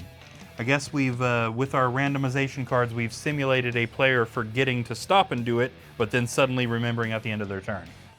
Justin says, I've already got ideas for my second book, and it will use Milton Bradley figures a bunch as well as Warhammer. Nice. Nice. I try now not to use too many non-Hero Quest minis. I used to do it a lot. I had a whole bunch of stuff that, you know, quote unquote, shouldn't have been there. And that's heavy quotes there, because you can put whatever you want, obviously. But nowadays I've moved away from that for the most part, not entirely. Okay, Mordecai. So obviously he's face to face with this skeleton right now. Now he does attack better from long range, but I think we'll go ahead and try and get rid of this skeleton without moving him. Yeah, he's still got plenty of spells available to him as well. Okay, now Mordecai has the wizard staff, which in my rules only gives you an extra attack dice if you are at full health, and Mordecai is not. So, swinging the wizard staff at the skeleton, he misses. Good. Good. Okay, Mordecai, what kind of spells do you have, since you're a useless attacker, I guess? This Fire of Wrath doesn't look too bad. Still won't kill the guy, but we might get a little bit closer to it. Make me feel a little bit better about the fact that he totally missed that attack. Oh, yeah. Rowan says, I keep hearing Warhammer, but not sure what that is. Oh, yes. So, that is also a game. Now, I've never actually played Warhammer, like, kind of as it's on its own, so I'm not sure exactly how it's played, but it was created by Games Workshop, who were also the ones who produced the minis for the original Hero Quest. So the original Milton Bradley Hero Quest was kind of said to have taken place sort of in the Warhammer world, which is where we get a bunch of the people like the Fimmer monster, the Chaos monsters, and Chaos magic was all Warhammer stuff. So it's related to Hero Quest kind of vaguely. It's not anymore. There is no attachment to Warhammer anymore, but it used to be. That's actually why they weren't allowed to use Fimmers and Chaos stuff in the new stuff. They had to change it to Abominations and Dread stuff because they didn't have the rights to the Warhammer stuff. Okay, Mordecai casts Fire of Wrath on the skeleton, which means it is immediately engulfed in flames. This is not going to kill it either way, but it also has a chance to fight off the magical flames. Let's see if it does. It does! So, the spell is also completely ineffective, meaning Mordecai just kind of tried and didn't do a thing. Merlin says, seems like I remember that guy at the store we went to talking about it. Yeah, probably so. It's still very popular. They produce all sorts of stuff, like boxes of several minis that you can buy. And I mean, that's probably never going to go away because they have been, well, they've been around since the mid 80s doing that stuff. Probably before that even. Okay. Ragnar. That's right, yeah. He is moving 4. 1, 2, and unfortunately he can't go 3, 4. So the only useful thing he can do with the rest of his turn is take care of the secret door search in this hallway. And I totally dropped that secret door marker because my right hand is starting to swell. And I don't see it. All right. We'll get a different secret door marker. I'll find it later when I'm least expecting it. There are no secret doors in that hallway. Okay, that takes us to Tiaga, who can definitely see that skeleton now. Firing a blast of demonic energy at the skeleton, she hits it with a 2. Clearly showing Mordecai how it's done. It doesn't defend a single thing, and it is dead now. Now, she could totally move into that room, but I don't think that would really be in her best interest. Well, it might be, because if one goes for her and the other one goes for Mordecai, she's not going to get surrounded at least, but she could lose her demon form. Justice says that it's stupid expensive, too. If I remember right, a box of 10 Chaos Warriors is like 60 bucks. Woo! Yeah, that is very expensive. And they don't quite look like the Hero Quest Chaos Warriors either, which is neat. But I actually just watched an interview the other day with the creator of Hero Quest, Stephen Baker, and he had a lot of really interesting stuff to say that I did not know about. It was really cool to watch. And he made it explicit that including Warhammer-esque stuff was Games Workshop's idea, and it was never the intention for Hero Quest to take place in the Warhammer world, but that it had several kind of crossovers. So there was kind of like, maybe you could say it was more like an alternate timeline of the Warhammer world, where certain things were the same, but not everything was exactly correct. So it was based on Warhammer, not definitely Warhammer. But there's a lot of crossover. Okay, do we want Tiaga to move in there? She's definitely going to get attacked if she moves in there, and she could lose her demon form if we do that. Yeah, it's probably just strategically it doesn't make any sense for her to do that. Okay, so monster's turn. We've got these two skeletons. The first one is going to move up here and attack Mordecai, swinging its scythe and hitting him with a 1, which he blocks. The skeleton archer is also going to fire at Mordecai, theoretically yelling duck at the other skeleton, even though it doesn't have a larynx. And the other skeleton doesn't have ears, so we'll just go with it, all right? The skeleton fires an arrow, hitting Mordecai with a 1. And he doesn't block that one.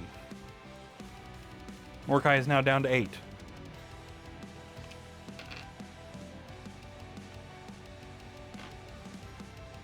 Okay, that is us back to Sir Rowan down here, heading down the hallway. Is he searching secret doors or moving? He is... it's alright, I don't know what I'm doing.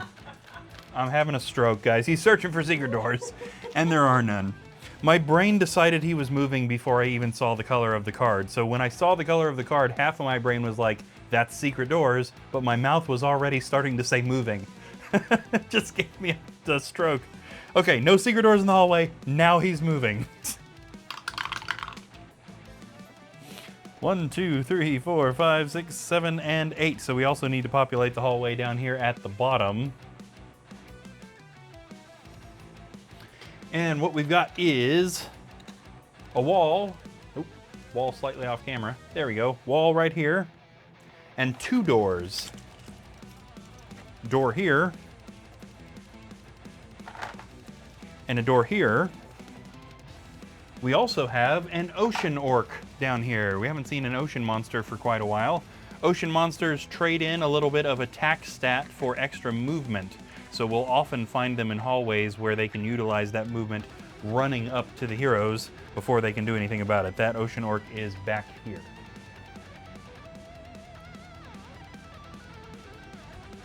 Yeah, Justin Paul says HeroQuest in terms of being related to Warhammer and lore is a lot like how we have King Arthur stories. Yeah, totally. Yeah.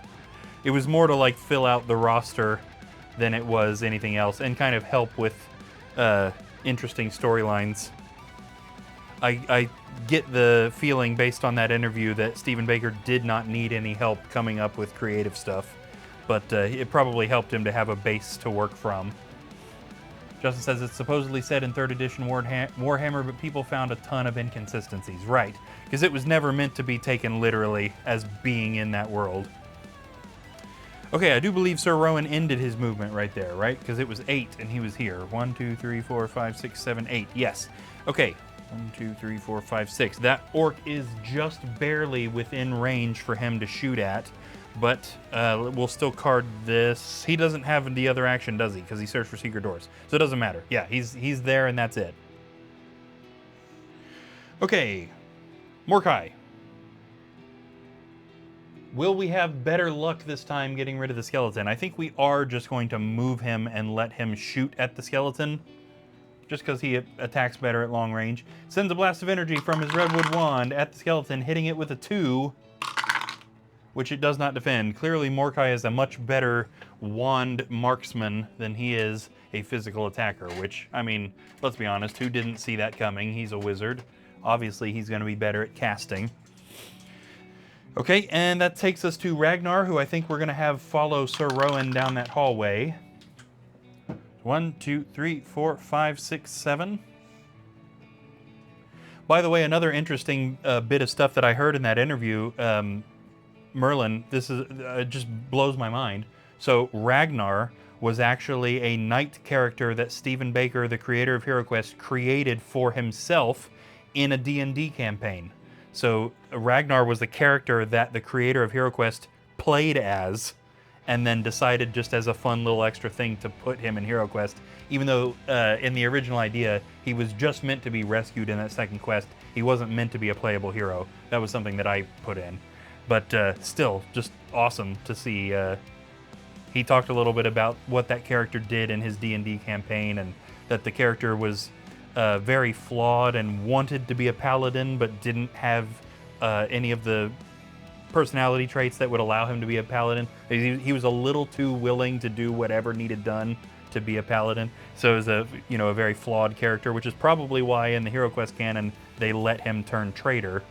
It's another just kind of interesting little bit of backstory. All right, Warlock over here. And she might as well move in there now. There's only one monster left in there. She can't see it unless she moves, so let's just go ahead and move her one. Yeah, you know what? I'm not going to move her in the room because they haven't searched for traps. She can see it from there. She sends a blast of demonic energy at the skeleton archer, hitting it with a 2. Oh, okay. The archer blocked one, but not the other, which means it is damaged, but not dead.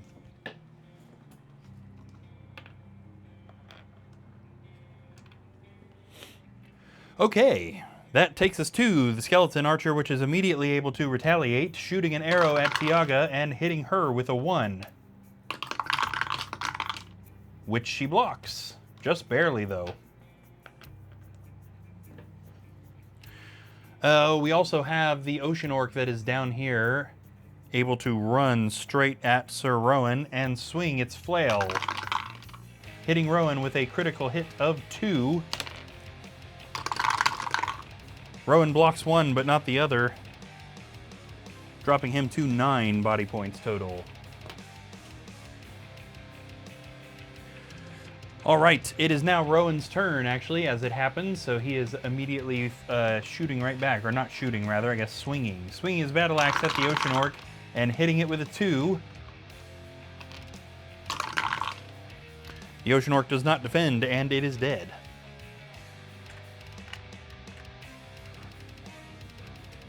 All right, Rowan, are we searching for traps, searching for secret doors, or moving?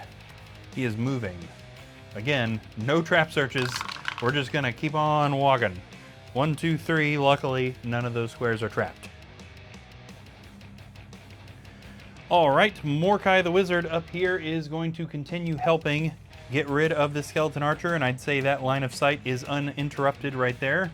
Sending a blast of energy from his redwood wand. He hits the skeleton archer with a 2.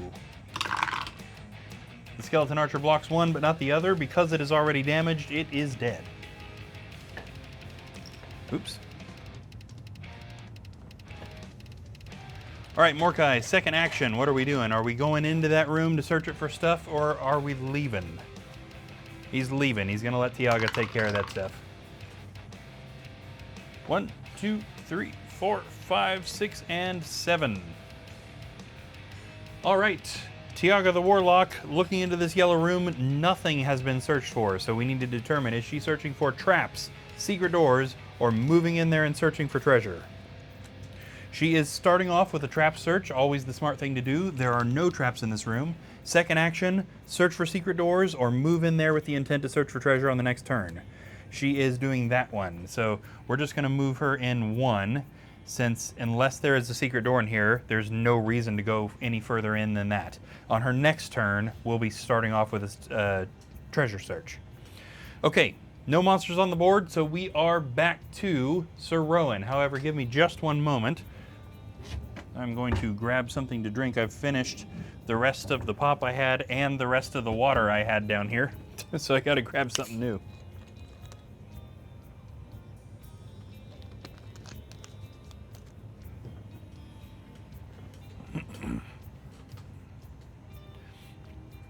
Okay, Sir Rowan, has he remembered this turn that he has no idea if there are traps in this hallway?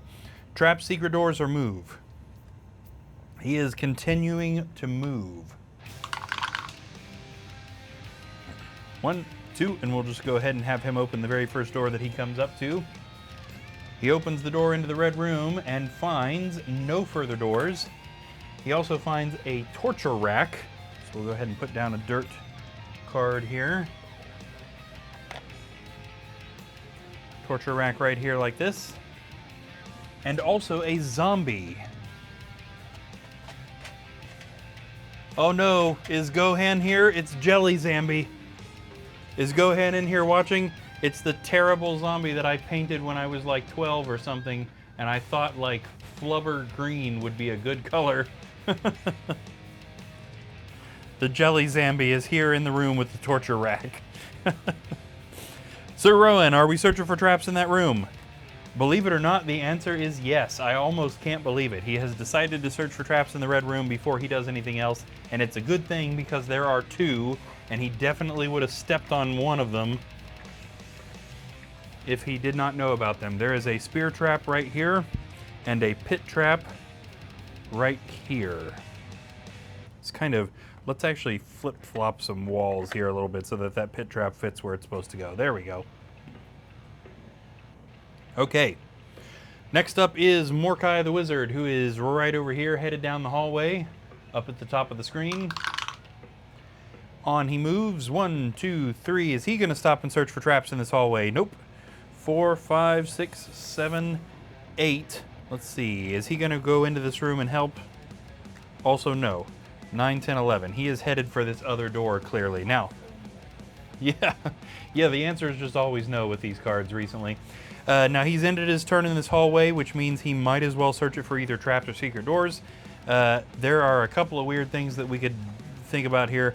Again, they've stepped on almost every square and not searched for traps. The only relevant square that hasn't been searched is this one, and it's still a threat, so we might as well include it. He could also search for secret doors, because theoretically, it could go into this blue room. He is going to search for traps, the thing they should have done before they walked into the hallway at all. However, there are none. Ragnar, also at the top of the screen, headed down this same hallway. 1, 2, 3, 4, and 5. Now, he didn't make it into the hallway, but being that he is adjacent to it, he can use his other action to search this hallway for secret doors, and he will find there are none.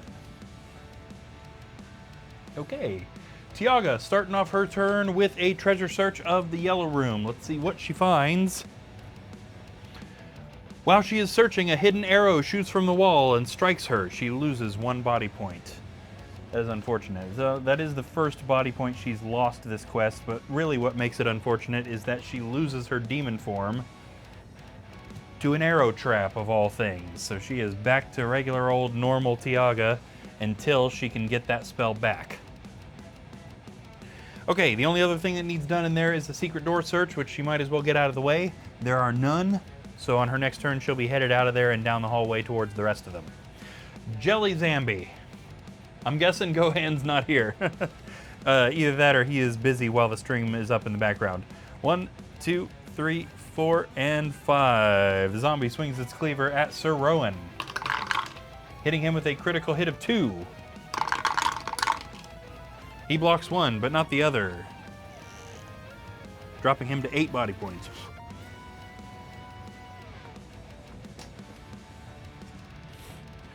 Okie dokie. Jelly Zambi there is the only monster on the board, so we are right back to Rowan. Uh-oh. Sarah's got a difficult monster coming in on Morkai. Okay, that's what he gets for not searching for traps when he should have, am I right? Okay, we'll do that before we restart the turn order, actually. So, we have a randomizer for difficult monsters here. The monster attacking Morkai is either going to be a Dread Warrior, a Chaos Warrior, a Doom Guard, a Gargoyle, or an Ogre. And it is, 1, 2, 3, 4, going to be a Chaos Warrior.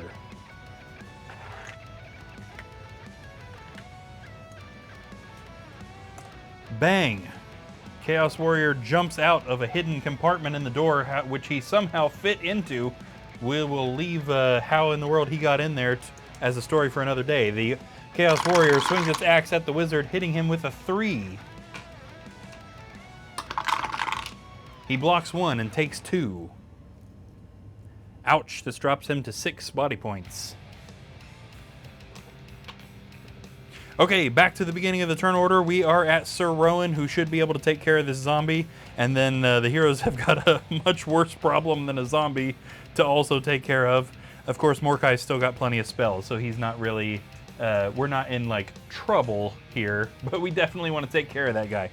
Okay, Sir Rowan swings his axe at the zombie, hitting it with a critical hit of 4. Very nice. That's still not a skilled strike, though. However, the zombie doesn't defend a single thing, and it is dead.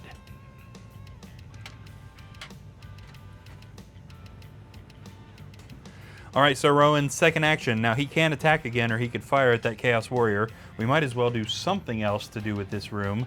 Is he going to search it for secret doors, which he can do from his current position, or is he going to move in there with the intent to search for treasure on his next turn? He's doing the first one. Secret doors in the room, and there is one. There is a secret door in this room leading up into the small room up there, and in that small room up there, we have, wow, a skeleton archer. Yeah, skeleton archer, a zombie,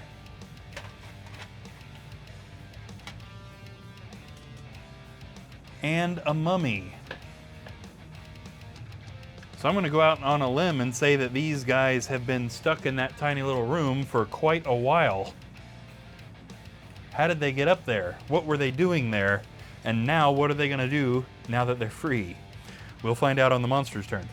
We are now at Mordecai, who has found himself unexpectedly fighting a Chaos Warrior. So,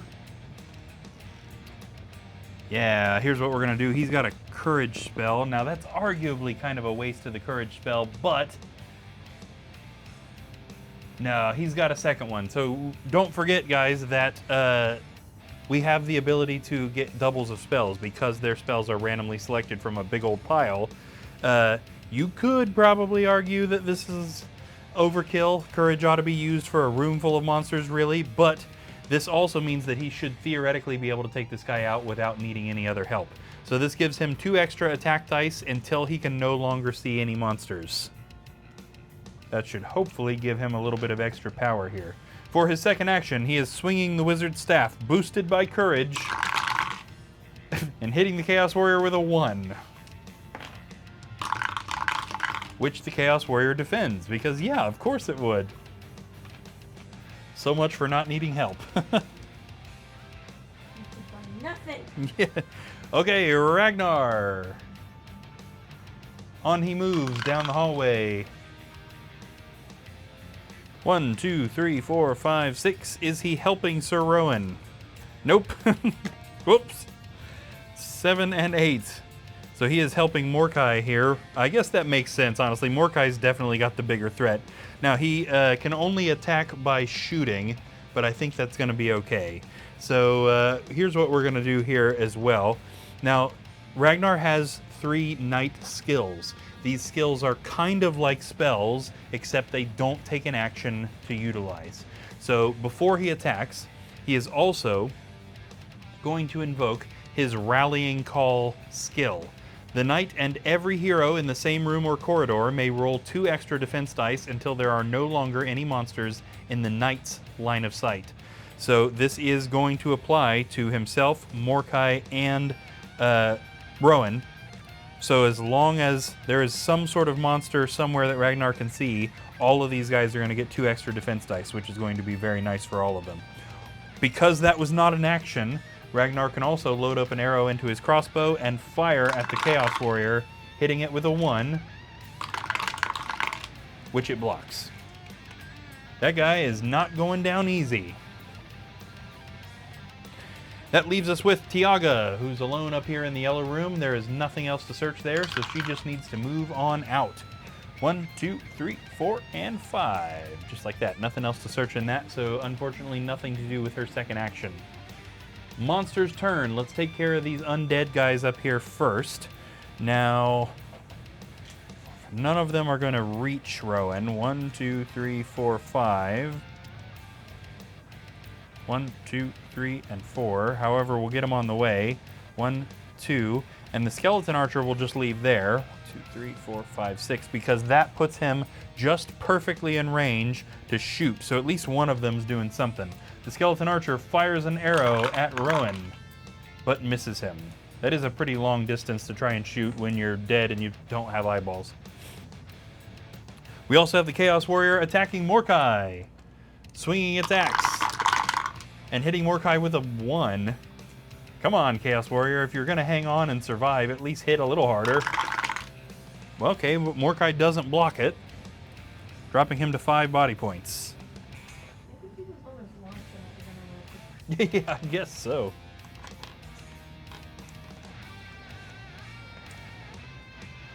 Must have been one tasty chaos and ham sandwich.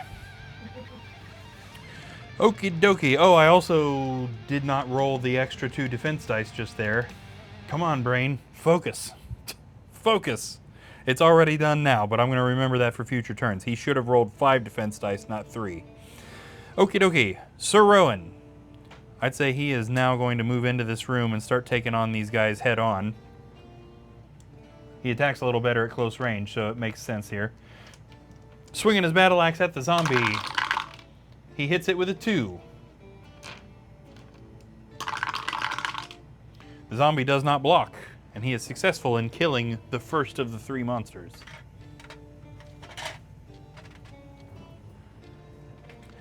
This takes us back to Morkai. Let's see, what do we want to do here? Now, Morkai hits better at long range. He's still got courage active. So it would actually do him, it would benefit him to move back here. Yeah, let's see if he can roll better than a 2 here. Okay, 1, 2, 3. I mean, I said better than a 2, and it was. Which means he's now able to fire at the the Chaos Warrior for a little bit more damage. And also, he can still see these guys so that he can theoretically help Rowan when this guy's gone. So, Morkai sends a blast of energy at the Chaos Warrior, boosted by courage. Hitting the Chaos Warrior with a 2. Chaos Warrior does not defend. It's still not dead, but damaged. Okay, Ragnar is going to take Morkai's place, moving up the other square and swinging his battle axe. Hitting that Chaos Warrior with a 3. The Chaos Warrior also doesn't defend that 3, which means Ragnar is able to finish it off.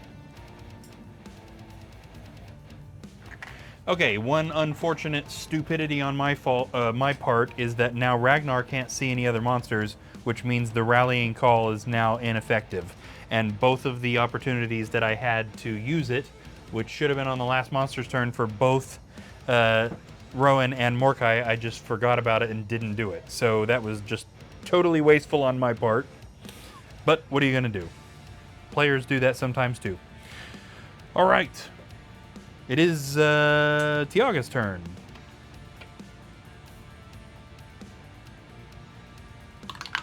And she's just moving. She's trying to get down there back to the action. 1, 2, 3, 4, 5, 6, 7, and 8. She has arrived in the hallway, but she is not close enough to actually do anything right at the moment. That brings us to the monster's turn, which is this mummy and the skeleton archer. The mummy is moving up 1 and throwing a punch at Sir Rowan, hitting him with a 1. Rowan blocks. The skeleton archer is again firing at Rowan, shooting an arrow and hitting him with a 1. Rowan blocks. Very nice.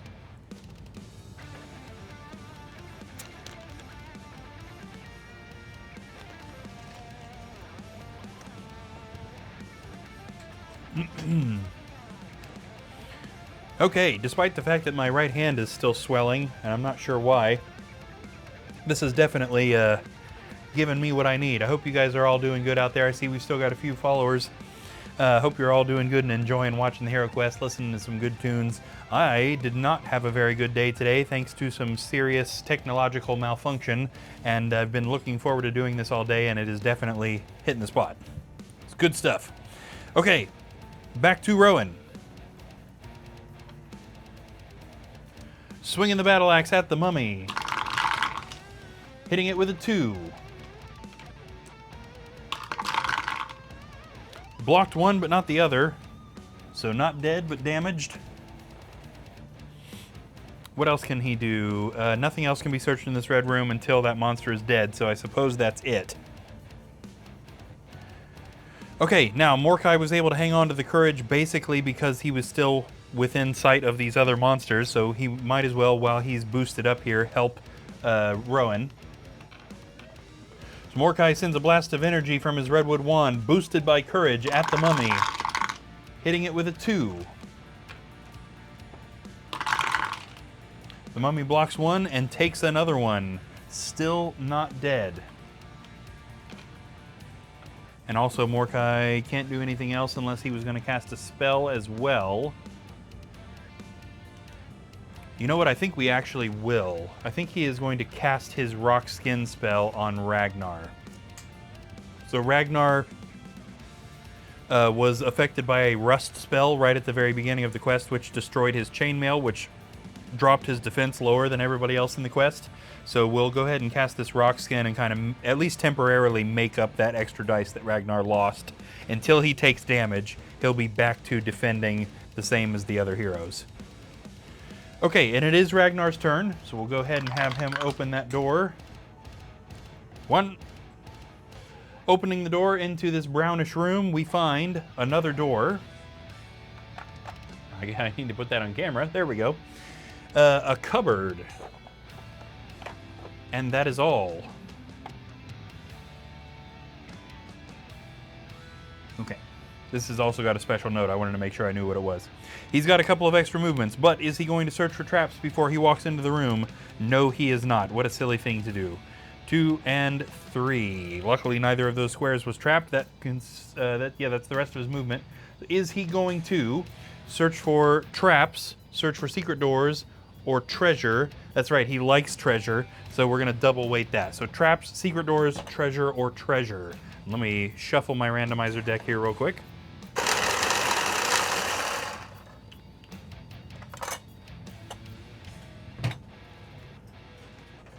We'll let the suits determine this one.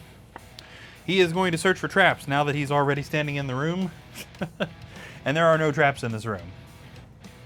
Tiaga, let's see if we can get Tiaga down there to help out Mordecai, or Ragnar rather. I think Mordecai and Rowan have that room handled. 1, 2, 3, 4, 5, 6, 7, 8, 9, 10, and 11. So we have indeed got her into this room. Now, this is where our note comes in, because Tiaga is the bearer of the Talisman of Lore, which is going to be important. She's going to be on every quest in this book, and there are going to be several times when her specifically entering an area triggers something to happen. When the bearer enters this room, read the following to them. This room feels strangely familiar to you. You glance at the cupboard. It's almost as though you remember being here before. Perhaps when you last visited Melar's maze. You open the cupboard and find a potion of healing. Very nice. So Tiaga's just found herself a potion of healing, which I pulled out of the treasure deck before we started. She's got to use some of these up. That's 5. She's got 5 of those. That's ridiculous. Nobody needs that. That also counts as the treasure search for this room. Although it didn't cost her an action to do it.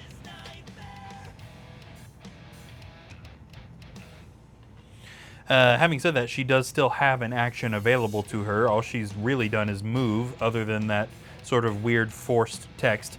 126 says, woo-wee, I'm too good looking for this. Wait, what? There you go. Oh, yeah. All right, so Tiaga is going to use her last action on this turn to search this room for the only other thing it hasn't been searched for, which is secret doors. And there is a secret door in this room. It is back here in the corner, and we are going to open that up. We're going to replace that corner wall with a straight wall, so it's clear what that's opening up into. This opens out into this little double wide hallway right here, where we are going to find another wall, a couple more walls, another door, and a mountain orc and a swamp orc.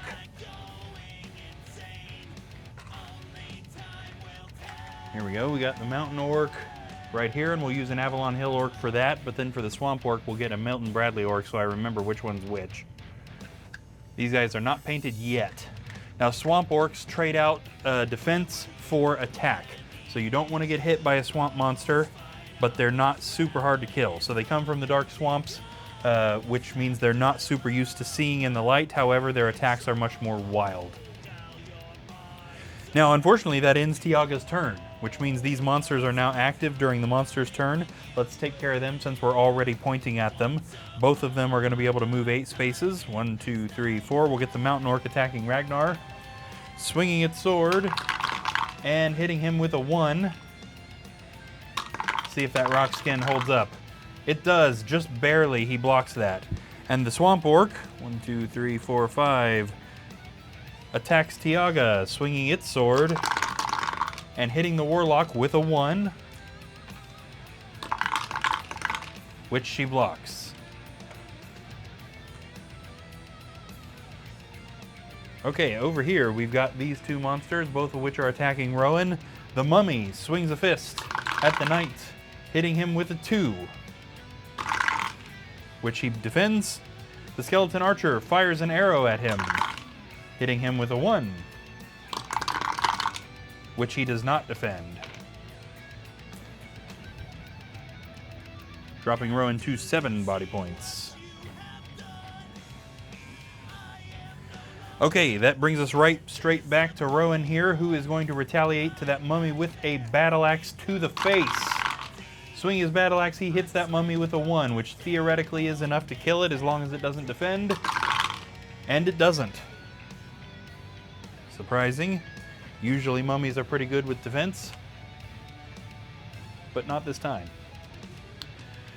Okay, that actually does give Rowan the ability to search this room for treasure, since that Skeleton Archer is not technically in this room, and the only other thing he could do is step on a trap on purpose. It would take him a whole turn to disarm one, so I guess we'll do that treasure search, just so we're not wasting that action. Let's see what Rowan finds. A wandering monster. Yeah, that seems about right. Let's see. The wandering monster in this quest is a mountain orc, so we'll go ahead and stick another orc here, and we'll put it on the other side. The orc immediately swings its sword at the knight, hitting him with a 2, which he blocks. Okie dokie. Morkai, still affected by courage. Can't see that orc, but might as well try and get rid of the Skeleton Archer. Fires a blast of energy from his redwood wand, affected by courage, hitting that archer with a 2, which the archer does not block. Wow, the monsters still just aren't blocking in this quest. They're getting okay hits on attacks, but they are not blocking at all. Okay, Morkai does technically have a second action, but I don't want him to step on that trap. He does have an airwalk, which would allow him to just kind of jump right over it, but there's not necessarily a big need for that. If there was a bigger need for it, I'd be a little bit more inclined to do it. So I think we'll just leave him there. Yes. Technically, he can't see... Oh, no. Yeah, that's direct. Okay, never mind. I started to say something. Ignore it. Not important. Ragnar is attacking this mountain orc, swinging his battle axe and hitting that orc with a 3. The orc does not defend. It is definitely dead. How's it going tonight? 1 in 26. You doing good?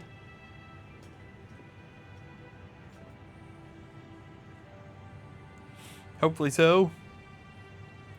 Let's see, where are we at? Ragnar doesn't really have anything he can do with his other action unless he's going to just leave Tiaga alone with his orc, which probably wouldn't be that big of a deal. Yeah, honestly, I don't really think that's a big deal. So let's let Ragnar leave, actually. The question is, which direction is Ragnar going to leave? Is he going to go leave through this upper door, or is he going to go out the secret door entrance? He's going to go through the upper door. 1, 2, 3, and 4. Oops, we bumped the cupboard. And he's going to open the door out into the hallway that surrounds the central room, where he finds another wall blocking passage up further that way. We already know about the 2 walls out here. That is all that he can see right at the moment. Is he going to stop there since there haven't been any trap searches? No, of course not. 1, 2, 3, 4, 5. Yeah, now he's theoretically seen this way and knows that there's not a door up there unless there's a secret door. So 6, 7, 8, 9, 10, 11. And this concludes his movement, but also now looking up into this area, he can see another wall. I'm still not quite looking at it. There we go. Another wall there, and that's all he can see. Now that he has stopped right here, he might as well... no, he doesn't have a second action. He attacked, didn't he? Yeah, so he's done right there. Gwen says, I've been here just raging like a maniac at Smash Bros. Nothing wrong with that. Hope you're also doing good, Gohan. Did you hear that we had Jelly Zambi earlier? I wasn't sure if you were in here or if you were in the middle of something else. I called you out, but I figured that you were probably busy.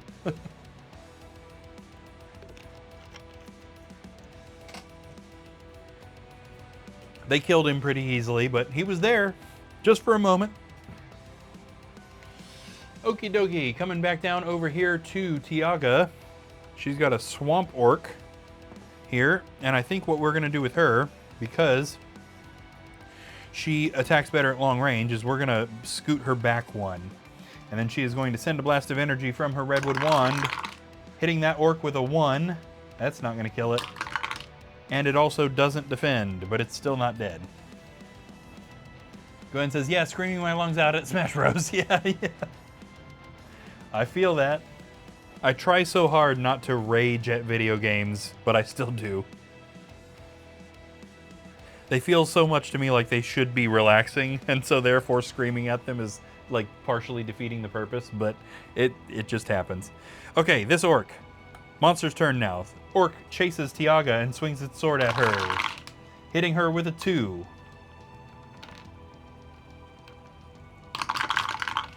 She blocks one, but not the other. And that is totally fine because we have some healing on her that we need to get rid of. This still only drops her to 9 points.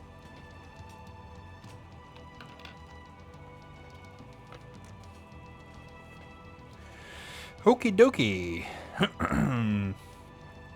We also have this orc over here. However, this orc was a wandering monster, I believe. So this orc is already attacked on this turn cycle. Right? Yes. Okay, so that orc does not get to attack again. Unless it survives to the next turn. Which I imagine it won't. But let's find out, because it is Rowan's turn. Rowan swings his battle axe at the orc, hitting it with a 2. Which it does not defend. Well, there you go. That answers that question.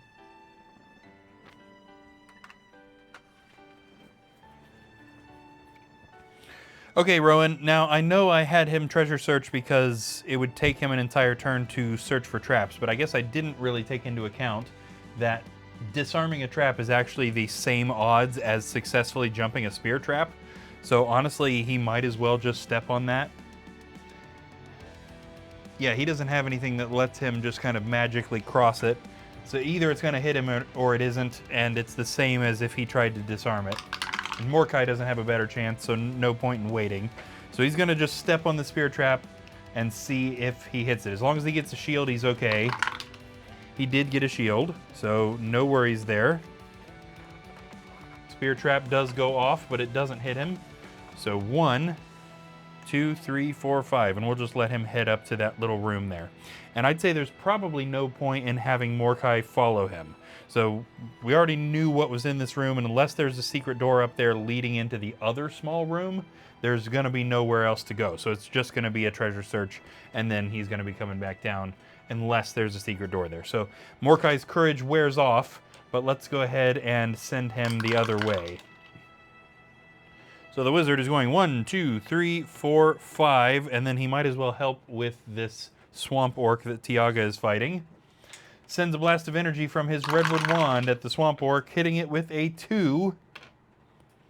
That's right, the swamp orc was damaged already. Remember that swamp monsters get extra attack but lose a little bit of defense, which means this orc only gets 1 defense dice. It definitely took a point of damage because it was already damaged. It is Skilled Strike. This orc is super dead. Oh, Julie's here. Finally have arrived. What, I missed these for 2 days? Yes. Yes, you did. Good to see you back, though. How was the family trip? Hope everything went well. We're actually in a whole different book than last time you were here. We've started book 4 tonight. All right, Ragnar. Let's actually switch cameras here. Yeah, Ragnar is more towards this other camera anyway. What are we doing here, Ragnar? You've walked out into a hallway without searching it for anything, which is just silly. So are we searching for traps, searching for secret doors, or ignoring all of that and moving? He is searching for secret doors. Okay, this is going to apply to a wide area just because this is an awkward area to search stuff in. So we are going to reveal one more wall just so that we can properly define the area that is being searched. There is also a wall right here. From this square, all the way around the central room and up to that wall we just placed, there are no secret doors. Julie says, hey, hello everyone, missed you guys. Yes, family trip was okay, good. Ragnar, yes, am I hearing that name right? Who are the heroes? Oh, Julie, we've got Sir Rowan. Let me switch cameras and I'll just show you also where everybody is. Sir Rowan the Knight is here. Mordecai the Wizard is here. Tiaga the Warlock is here. And yes, indeed, Sir Ragnar is up here in the corner. And you there was working on some other stuff. Now, she did already attack Ragnar with the Dread spell, but other than that, he's been left alone. She destroyed his chainmail immediately. Before we had done a single thing in the quest, we put the characters down on the stairs, and bam, Dread spell. Okay, let's see. Where was that? Yes, that was Mordecai. Oh no, that was Ragnar searching for secret doors. So we are still on Ragnar. He's got a second action. Is he going to search for traps or move? Believe it or not, he's just spending his turn doing the searches he should have. So for the same area that I just mentioned, from here all the way up to here, there is only one trap, and it is a pit trap that is super easy to avoid. It is right there. It's basically just for people who are checking that hallway out without searching. Julie says, not for long. Ragnar won't live long. Yes. Yes, indeed. Okay, that brings us back to Tiaga the Warlock, who is in this room. Nothing else needs searched in this room, so we need to either send her up where Ragnar is or out this secret door into the double wide hallway. I would actually kind of rather her go up, but it doesn't really matter. So let's see. Yes, she is indeed going up. Tiaga is moving. 1, 2, 3, 4, 5, 6. Yeah, there you go. I'm going to switch to the Ragnar cam because I already know where that's going. Yeah. Oh, she says, oops, accident. Sure. Sure it was. Okay, so we've got a random dread spell cast on Ragnar. Hey, there's a treasure marker that I didn't even realize I dropped. When did that happen? I dropped a secret door marker. Where did the treasure marker come from? Weird. I'm doing this for you there. Yes, Julie, on behalf of you there, is casting a dread spell, and we are going for the very top spell, as long as it's a spell that makes sense. Where are all these rust spells coming from? Poor Ragnar. Just all his equipment is getting destroyed. That is wild. This is the second time we've randomly drawn rust, and there's I think 6 copies of all the dread spells, and this is the second time tonight we've drawn a rust spell. This spell causes a piece of the target hero's equipment to become so thin, brittle, and useless that it must be discarded immediately. Roll a movement dice to figure out which piece gets discarded. If the hero does not have an item equipped in the slot you roll, re-roll until the spell is effective. So let's see what he is losing. He only has a close range weapon, a long range weapon, and a head armor. So that is a 1, a 2, or a 4. Okay, so 5 is nothing. 1. Shoot. Okay. No, that's his battle axe. So unfortunately, Ragnar's battle axe was left out in the rain apparently, and it rusts to the point that it is useless, and he has lost it. So no more battle axe. Now there's a couple of like kind of at least bits of news. The first is he does still have a crossbow. So he's basically just going to be a long range guy this quest. He still shoots with 3 dice. Also, because he's been building the combat skill, which ups your base attack, as it's called, which is the number of dice you throw when you do not have a weapon, which he now doesn't. He's also increased that up to 3. So he's still doing 3 dice with his bare hands or with that crossbow. So he's not screwed, but that's still bad news. It's still funny though. Oh, geez. The chat rallies behind Grimina and against Ragnar. Those are the two. And Robert. Julie doesn't like Robert Tylan either. Okay, that would take us to the monster's turn. However, there are none, so we are right back to Sir Rowan. I keep losing his name tonight. I don't know why I can't remember his name. And he is headed up to that small room to do all the relevant searches and all that stuff. Okay, 1, is he going to stop and search for traps? Wow, he is. That's the first time that's happened tonight. There are no traps in that room. So he's moved and searched, so that's it. Still not screwed, yeah. Don't you there involve Robert. Yes. Luckily, he's not on the quest tonight. Julie actually did manage to kill Robert last time he was on a quest, but luckily the hero standing next to him had something that brought him back to life.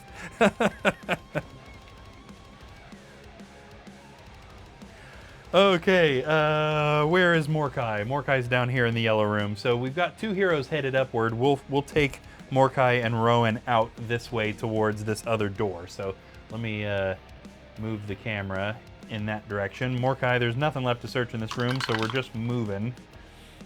1, 2, are we searching for traps in the hallway first?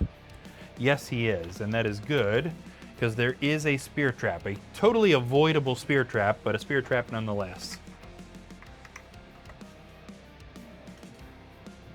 Right here. At least they know where it is now. All right, and that's going to take us to old Raggy up here. Nothing left to search in the hallway, so he is moving. So we'll go ahead and move this up.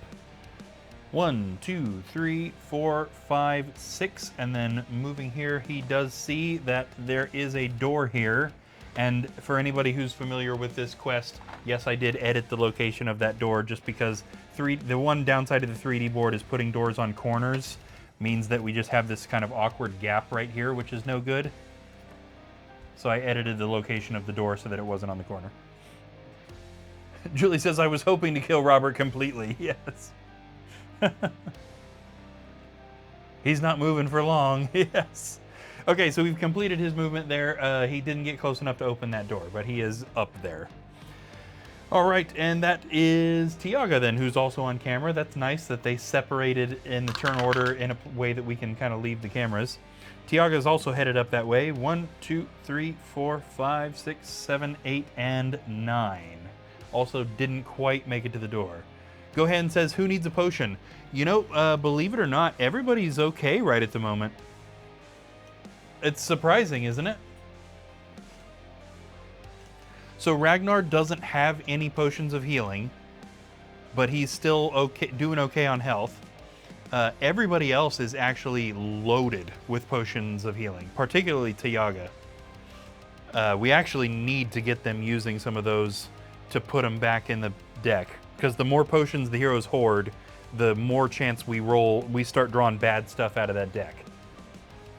The way Julie was talking, yes. Yeah. Yeah, no, I think we were talking about Robert in that last one. The last time Robert Tylan went on a quest. I assume, Gohan, you had to have been in there when that happened, but it was probably last week sometime. Julie did actually manage to kill Robert, but Valerna was standing next to him and she had an elixir of life. Merlin says, yep, yeah. Ragnar definitely does not need any potion. He's got a potion of defense. He doesn't have any healing, though.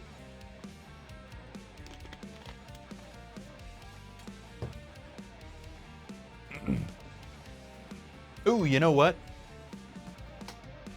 Since you bring it up, though, as it happens, Tiaga is standing directly next to Ragnar, and neither of them are next to a monster, which means they can help, or they can pass potions.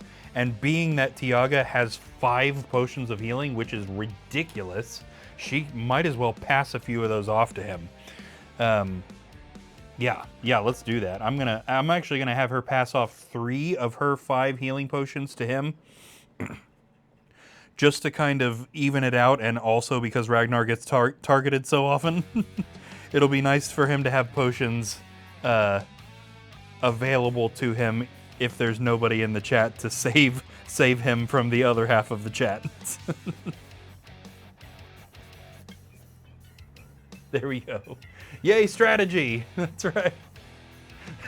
Julie's mad at Tiaga now. There you go. Oh man, okay, so that was the end of Tiaga's turn, and there are no monsters on the board, so we are back to Sir Rowan. Merlin said I had so many potions. Yes, you did. You hoarded potions like crazy. So we were getting negative treasure searches pretty often there because all the potion cards were with the heroes instead of in the treasure deck. It's kind of funny. Julie says, "No, Tiaga, I'll forgive you this once." That's good. That's good. All right, good old Sir Rowan here. Are we searching for secret doors, or is he going to move in there and search for treasure? He is indeed going to do the secret door search first. There are no secret doors in there, so this is indeed a dead end, but we still need to do the treasure search anyway.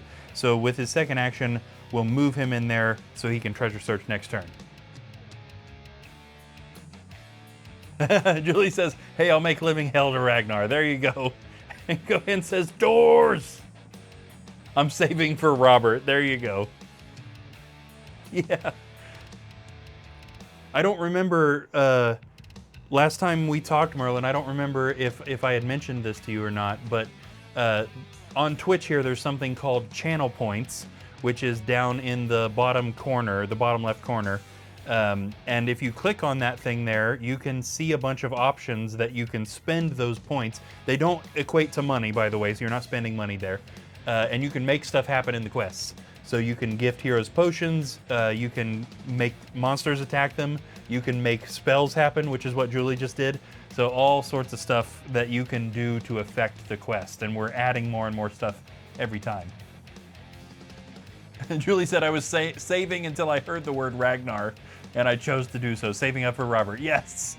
So that I explained that because that's what Julie's talking about. She's saving up those channel points to make stuff happen. The chat has rallied against Ragnar. Or generally speaking. Tonight it just seems to be Julie that hates him. Oh no. Julie says, "Yeah, like this. What you gonna do?" Oh no. Yeah. To Ragnar, yeah, of course. Okay. Okay. Everybody help me remember that we just did Rowan's turn. So after we take care of what Julie just redeemed, we're going to be on Mordecai. Everybody help me remember that because I am not going to remember. Okay, Ragnar. We have a chart here. We're going to draw this randomly. What attacks him? Dread Warrior, Chaos Warrior, Doom Guard, Gargoyle, Ogre. And Merlin says, "Ha ha ha." It's going to be a Dread Warrior. It was a Chaos Warrior last time. Dread Warrior pops out of the woodwork. Boosh. And immediately swings a mace at Ragnar, hitting him with a 2. Ragnar does not defend either hit, dropping him to 7 body points and also destroying the rock skin spell that Mordecai cast on him. There you go. Ragnar, getting hit with that mace right in the face, drops to his knees and screams for perhaps the millionth time, "Why me?" Okay, now Julie says, if you there isn't here to kill Ragnar, I'll fulfill it. There you go. Mordecai, right? That's where we were? Is that what I said? Okay, Mordecai the Wizard, who is getting ready to head out into this hallway down here. Now, we won't have him search for secret doors because there's nowhere for them to go. The only other room you can access from this area is this. There's already a door into there. So now that he knows where that trap is, we'll just let him go straight for the door. 1, 2, 3. Opening the door into this room, and I'm gonna again switch cameras because this camera shows this side of the board a little bit better. We have an additional door right here. There is also a table in here. So we'll go ahead and put down a dirt floor card.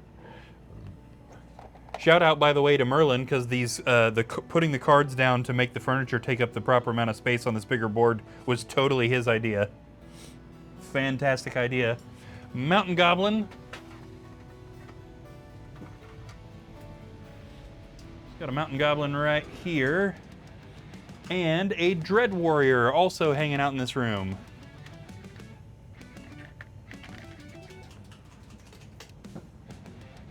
Right here. Whoopsie daisy, Merlin. That's not a good way to open a room right there. Okay, is he stopping to search for traps or is he attacking? He is attacking. Okay, there's a Dread Warrior in here. This is definitely spell worthy. What do we want to do? Is this a good time for his other courage spell, or would it be better to do Ball of Flame? That Ball of Flame's not going to kill the Dread Warrior, but it would certainly wound it a little bit. The courage is probably better in the long run, but let's do the Ball of Flame. Julie says that's a great idea, Merlin. Yes, totally agreed. I was worried about that when we first got these 3D boards.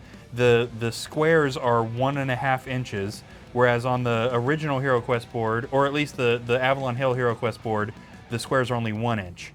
So the furniture is much smaller on this 3D board than it was on the regular, and the furniture no longer properly blocked off the number of squares it was supposed to. So I was really worried about what to do about that, and I don't even think there was hesitation. I mentioned that to Merlin, and he was like, you could put like a card down right there, and I bet the card would be the right amount of space, and it was like exactly perfect.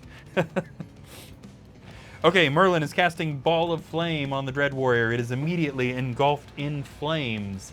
It attempts to fight off the magical flames and is unsuccessful, taking 2 points of damage, but not dying.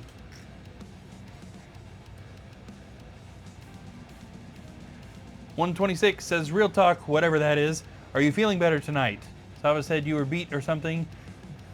Did they not use Nerf bats? Yeah. Yeah, I guess you could say that. Now, yesterday ended up being extremely stressful when we took the kids to the fireworks, just because I don't do good in crowds. I think a lot of us in here feel that same way based on, I think I was still awake when she was talking about that in the stream, and it seemed like basically everybody in the chat was like, oh yeah, big crowds, can't do it. And then when we were desperately trying to get home before the stream started, and there were people everywhere, and we were just trying to get out of the town, and then there was a train stopped in the middle of the town. Were you awake for the reason why that probably happened? Yes, somebody got hit by it, right? Somebody got hit by a train. Well, yeah, no wonder it was stopped. Yeah, that's what I said. I was like, well, that's probably why it was stopped. Yeah. That is literally insane. 426 says, that's what was being yammered about. Yes. Yeah, that was a no good day. And honestly, today has been arguably worse overall, but I'm glad that the quest is going well. I'm happy to be doing this. I'm feeling much better now that we're doing this. But thanks for checking in. Very much appreciated.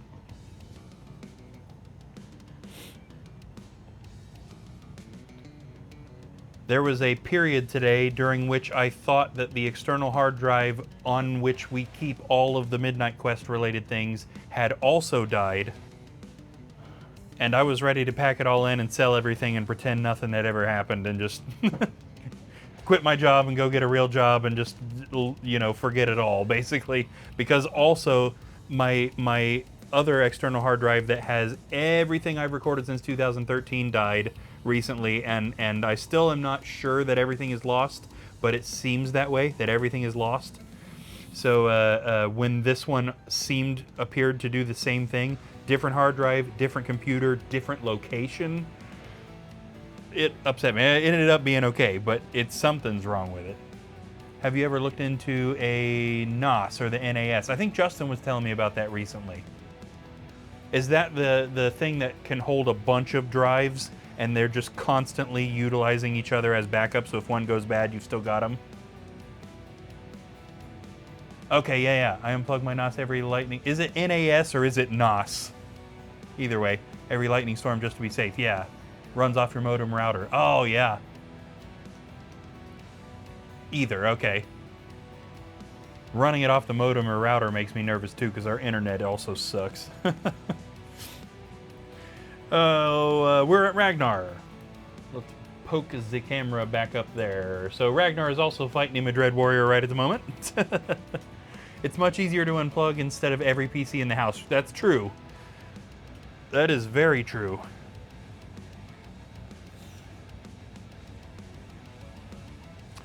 Ragnar is going to utilize his concentrated attack skill. So as I mentioned earlier, Ragnar has 3 skills that are kind of like spells, except they don't use an action to invoke. This particular one, for the next 3 times you attack, you may roll 2 additional attack dice. This is just going to help him get rid of that Dread Warrior a little bit quicker. And then there's probably monsters in that central room too. So for his first concentrated attack, Ragnar is throwing a punch at the Dread Warrior. Holy crud. Take a look at that. Critical hit of 5 skulls. Ragnar was not taking any crap from this Chaos or Dread Warrior. That still might not kill it, but that is some insane damage. The Dread Warrior defends 2, still takes 3, which means it's not dead, but it's just about. Wow. 126 says, there are 4 PCs running with a lot of memory on each. My little girl got hacked and she's very blessed that I could find all her files. Ooh, yeah. None of them had the right names, but I got them. Yeah, that's so much better than just losing it all. Yeah, that's a way to go. Now, it wouldn't have been totally terrible for the Midnight Quest drive to die because all of that stuff exists in other places, or pretty much all of that stuff. The only thing that would have been gone that we couldn't have gotten back are the VODs for the creative streams, because I don't upload those to YouTube. All of the rest of the stuff on those either existed somewhere else or were on YouTube and we could have downloaded them to get them back. So it would have been more frustrating than anything. But the other drive that I lost that had everything, all the music stuff that I've recorded since 2013, was quite literally 3.3 terabytes of stuff that is irreplaceable, including at least 3 in-progress albums that were all at kind of different points of done. Yeah, that people are paying me to record that would just be total losses. And the real kicker there is that I backed that stuff up. It's not the only place that existed, but it corrupted during a backup, which wiped the backup and corrupted the main drive. Yeah. You have a safe that is fireproof. I'd get a copy of that in there ASAP. That's a good point.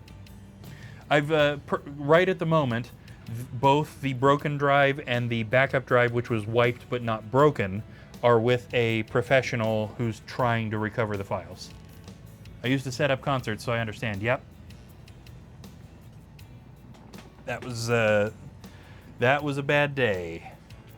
Merlin knew all about that day because that happened to be, Merlin's recording an album with me right at the moment, and the day that happened was the day of the week that he comes to the studio to work.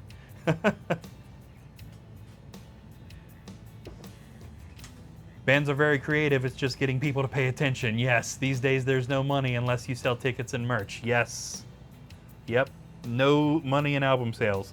And I don't care even the least little bit for live performance, so I'm not getting any money. Okay, Tiaga the Warlock is also attacking that Dread Warrior just from long range. She fires with her Redwood Wand, hitting that Dread Warrior with a 1, which theoretically could kill it if it doesn't defend anything. But it does. Defends the attack. That's too bad. She could have got her demon form back too if she had managed to finish it off. That also unfortunately means there's nothing else she can do.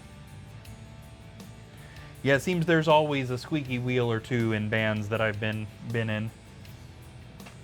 I hate metaphors, but that's the polite way to put that. Oh, monster's turn. So that Dread Warrior did attack during this turn cycle already, so that Dread Warrior is not going to attack again. However, these monsters can, and we might as well have this Dread Warrior attack Mordecai. Swinging its mace. And hitting the wizard with a 3. Ouch. He didn't defend a single one of those. Ooh, 1, 2, 3. This actually puts him at 2 body points. We need to have him drink a healing. He's got 2 potions of healing and a healing spell, so he's not in bad shape, but he was lower on body points than I thought he was. We definitely got to get using those potions and get him back into the deck.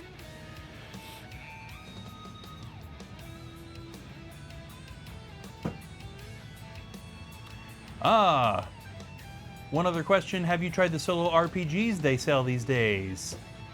No. No, I haven't. I need to look into some of those just out of curiosity. 126 says nothing worse than a little band with someone that has an ego the size of Bon Jovi. Yeah, no kidding. And we've worked with plenty of those. I've been pretty lucky that most of the people I've been in bands with haven't had that problem. There's been a couple, for sure. It was a rather big problem a few years ago that led to the creation of my current band, basically to just get rid of a guy with an ego that was larger than him, which is saying something. But yeah, we've been pretty lucky with that. Or some other well-known artist. Yeah.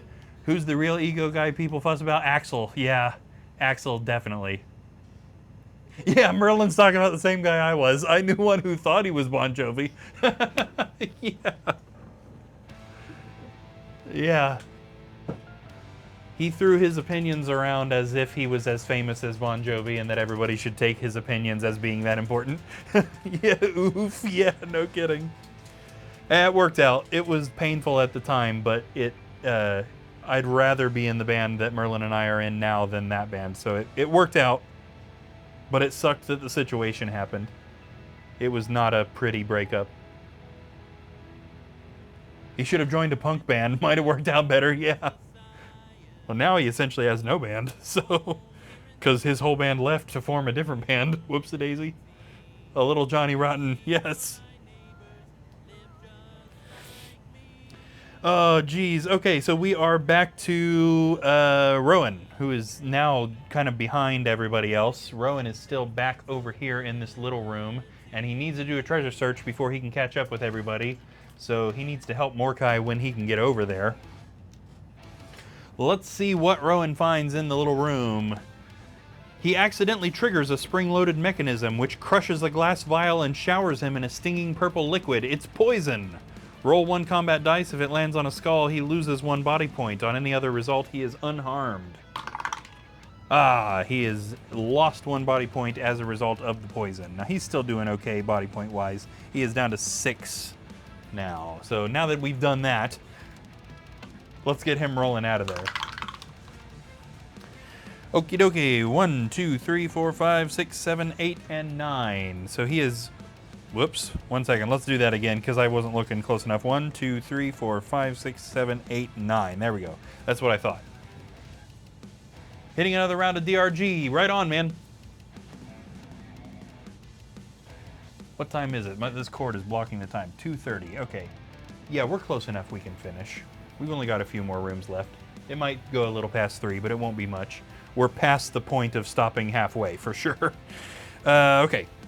Mordecai. Mordecai needs to pull out all the stops and get rid of this guy, so let's cast the other courage. This does exactly the same thing that the last one did. Gives Mordecai 2 extra attack dice for as long as he can see monsters, which should basically just give him the ability to get rid of this Dread Warrior a little faster. Alright, Mordecai swings the Wizard Staff, boosted by Courage, hitting the Dread Warrior with a 1. It doesn't block, but it's definitely not dead. That's right, I forgot he did damage it a little bit earlier. It's still not dead.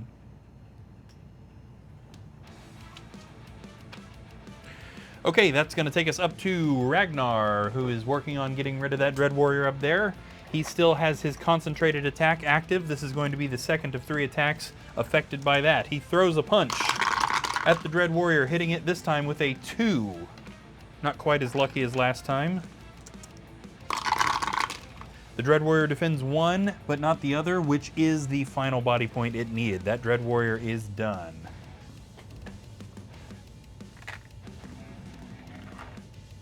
There we go. Landed some damage on him, though. Oh, I still forgot to have Mordecai drink a potion. Darn it. Oh well, too late now. And that means Ragnar can move. Luckily, you can automatically trigger a potion or a spell to save yourself if he happens to die on the next monster's turn. So, again, we're in all right shape, but I definitely meant to have him drink one of those potions. Okay, Ragnar opens the door into the central room, and we have quite a bit of stuff to place here. First off, there are 2 bookshelves. Actually, on the back wall, so here and here. There is also a dread altar up here in the corner. Oh, I love this sculpt right here, with a book and a crystal ball and a little animal skull on it. And the desk is all fancy. We have a painted altar? I thought it was a bookshelf. Oh. No, not yet. We also in this room have a mountain orc. Oh good, we're about to reset the mountain orc drawers. That's good, because there are some painted mountain orcs, but we've moved out of them. There's the mountain orc. We also have a wasteland orc, which we need to make a Milton Bradley sculpt just so that I can tell the difference. Wasteland orc is down here. We've got an ocean abomination. We just got all sorts of monsters in here. Ocean abomination and a deep femur. I'll go ahead and show off this paint job because it's been a little while. I imagine we've seen this paint job at least once before on the show, but it's still fairly new. Deep femurs, painted up by Savannah on stream.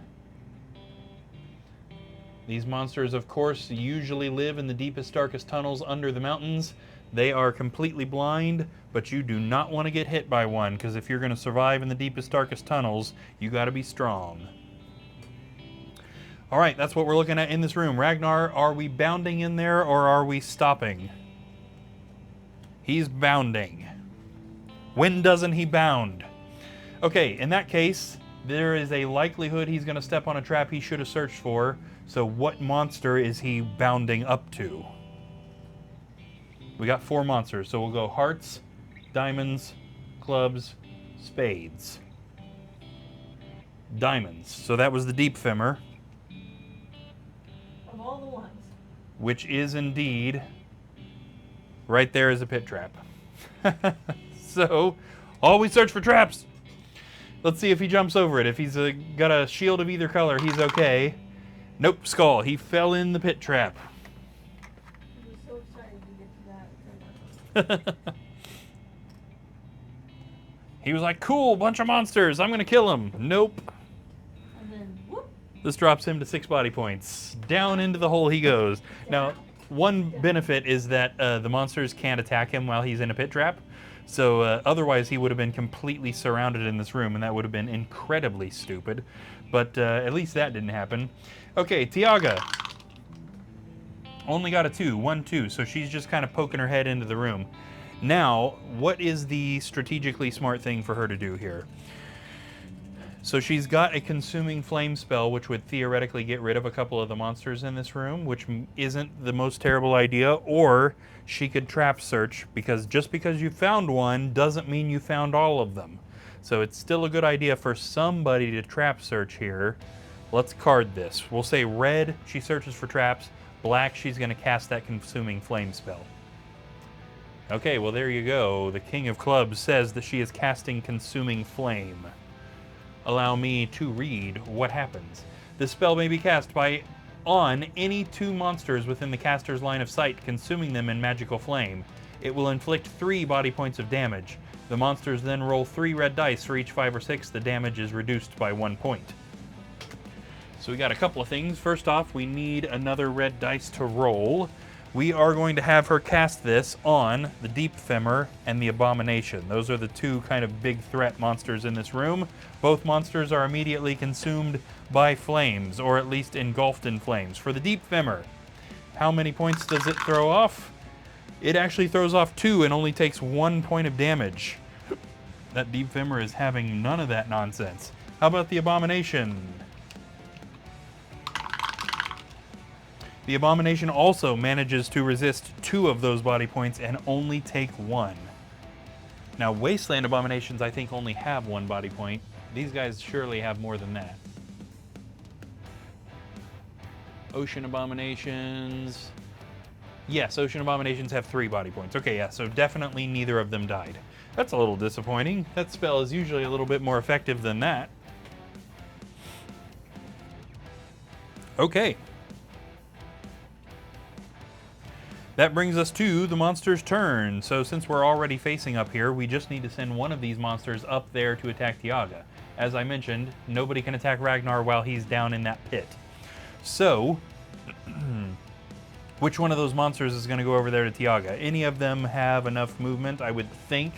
The Orc might not. The Wasteland Orc probably doesn't, actually. 1, 2, 3. Okay, the Wasteland Orc can't, but any of the other 3 guys can. So we'll go from top to bottom. Low roll, medium roll, high roll. That is a low roll for sure. So Mountain Orc swinging its flail at Tiaga and hitting her with a 2. She does not block either of those hits, dropping her to 7 body points. And down here, the Dread Warrior is attacking Mordecai, swinging its mace and hitting him with a 2. Keep in mind, he's only got 2 body points left. He blocks 1 and takes 1, dropping him to 1 body point. That was close. Mordecai. He's got plenty of healing potions and stuff. He wasn't gonna die, but he might have technically died. Okie dokie, that takes us back to Sir Rowan, who is just off camera over here to the left. There he is. And he is actually on his way to help Mordecai. Let's see if he can get over there. 1, 2. Guess the answer to that question is no. And I can't imagine there's anything else he can do. Nope, sure enough. I mean, I guess we could Imperial Training that movement, but nah. Jeez. Okay, Mordecai. First off, let's drink a potion of healing. For a few reasons. He's got a healing spell he could also use, but we must have basically all of the healing potions out of the treasure deck at this point, hoarded by the heroes in the ranks. And the more potions we hoard, the less potions there are in the treasure deck, which drastically increases the odds of a negative treasure search. So we've definitely got to get some of these potions back in there. So we'll have him drink one of his potions, which goes into the discard pile. And that's going to heal him up 1, 2, 3, and 4. So that puts him back up to 5 body points total. Using an item, by the way, is also not an action, so he still has both his actions that he can take right here. He is going to attack this Dread Warrior, swinging his Wizard Staff, that's right, also boosted by Courage, and hitting the Dread Warrior with a 2. The Dread Warrior defends both hits, unfortunately. Dread Warrior's not going down easy. With Mordecai's second action, he can actually search this room for either traps or secret doors. Which one is it going to be? He is searching that room for secret doors and discovering there are none. All right, back up here to poor pitted Ragnar, where we got to figure out what in the world he's going to do. Now, he can crawl out of that pit for free, but he doesn't know for sure that those squares aren't also trapped. The only one he knows is safe is this one and the one that Orc is standing on. So he could just crawl out of the pit and be here. But really, we ought to try and get rid of the pit. Yeah, then he's going to be surrounded by monsters again. There's really not a great answer. He shouldn't have run in here, is the answer. Okay. I think we are just going to do that. He's going to crawl out of the pit backwards, so he didn't get rid of it. But he can also fire, and we want to get rid of that Deep Femur. That Deep Femur is the big bad news of this room. So let's see if we can do that. He has 1 more concentrated attack left. So we'll use that up. So he is going to load up an arrow in his crossbow and fire, boosted by his concentrated attack, hitting the deep femur with a 2. Let me review the stats on that guy real quick. We don't see him super often, and we definitely haven't seen him for a while. 4 attack, 3 defense, 3 body points. So he hit it with a 2, and it didn't defend either, and thanks to Tiaga's Consuming Flame spell, he was able to finish it off.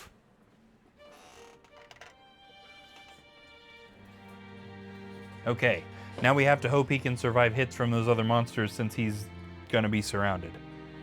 Okay, he has an Imperial training left and he's got some potions of healing, so he should be okay. Let's also have him drink his potion of defense. So he has 1 potion of defense. We also need to get back to the treasure deck. That is going to give him 2 extra defense dice just for the next time he defends. It's a one-time use thing.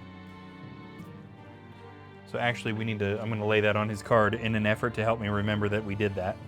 And then it is Tiaga's turn, and she needs to try and get rid of this mountain orc here. Now she has a higher attack if she's long range, so let's actually scoot her back 1.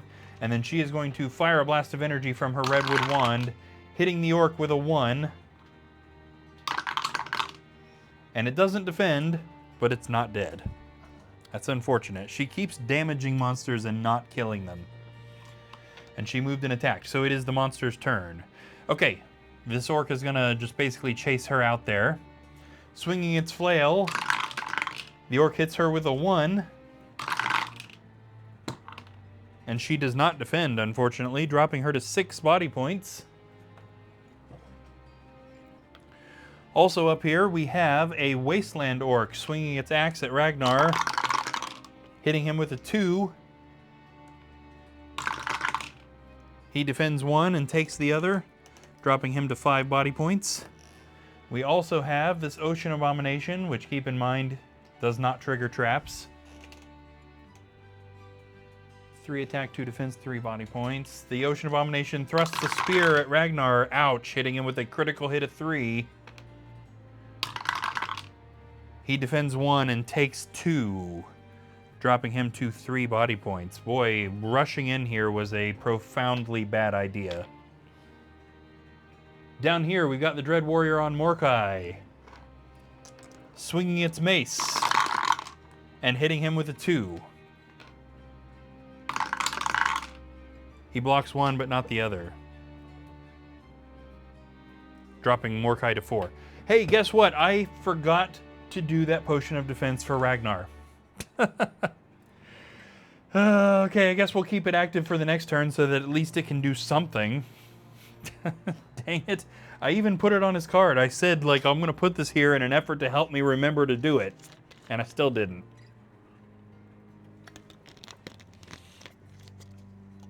Proof of how quickly I can forget something. Okay, Rowan, can we get a little bit better than a 2? Yeah, I mean, I guess if we're maliciously complying, 5 is a little better than 2. 1, 2, 3, 4, 5. So I guess he's here technically.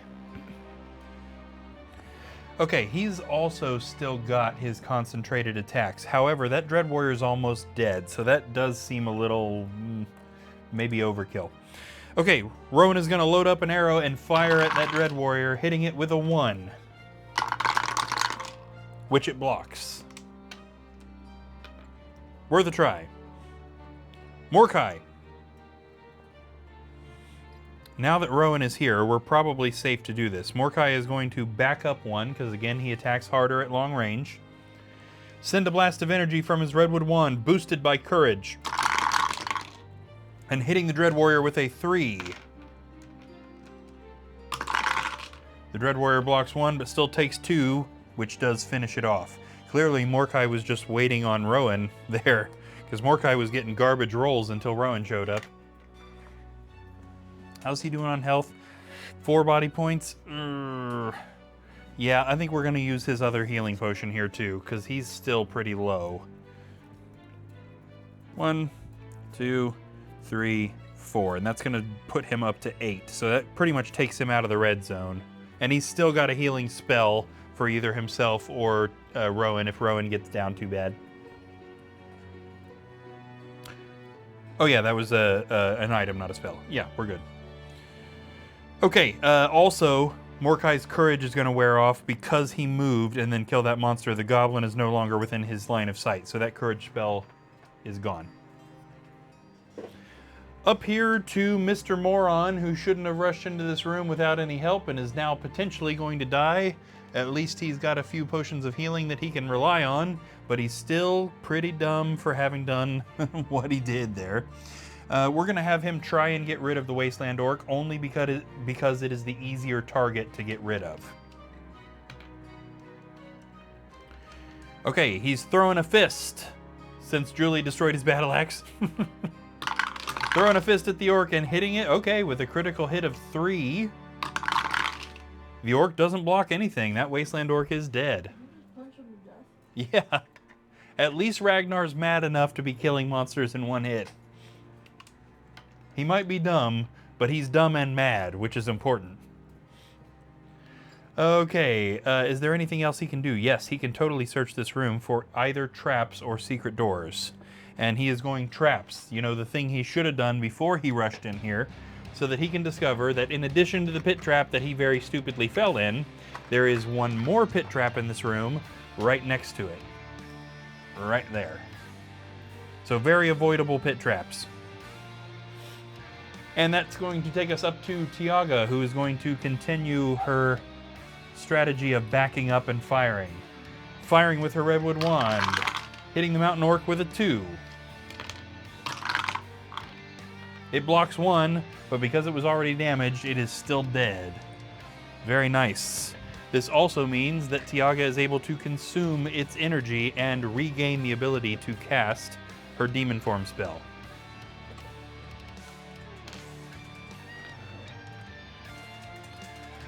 All right, monster's turn, and we've only got a couple monsters on the board, one of which is the Abomination right here. The Ocean Abomination thrusts its spear at Ragnar, hitting him with another critical hit of 3.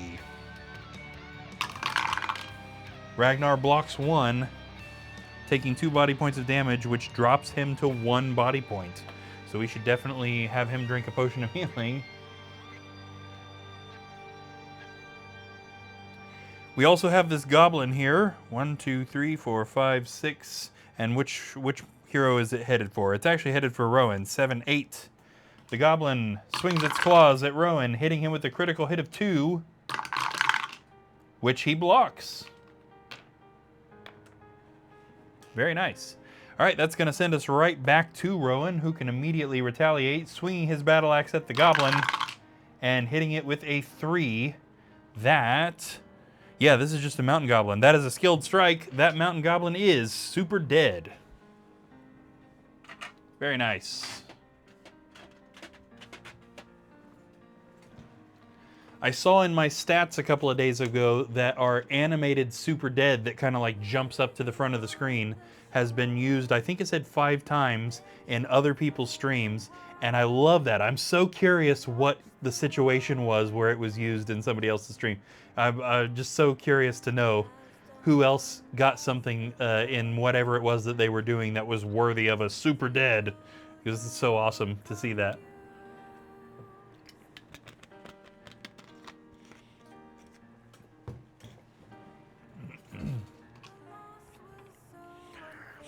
Alrighty. I again forgot to do that potion of defense for Ragnar. Darn it.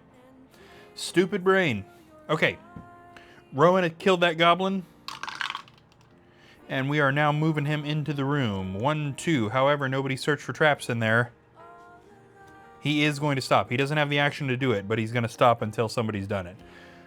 Mordecai, however, doesn't really have a choice but to walk in there. 1, 2. Is he going to search for traps? No, he is not. 3, 4, 5, 6.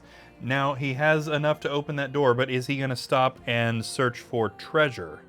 So now that we're right before the door, theoretically he could search for traps or treasure or continue his movement.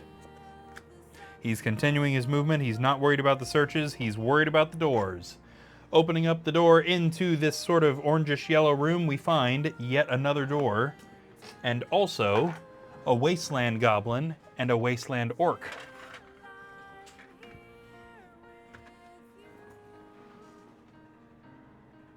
Wasteland goblin.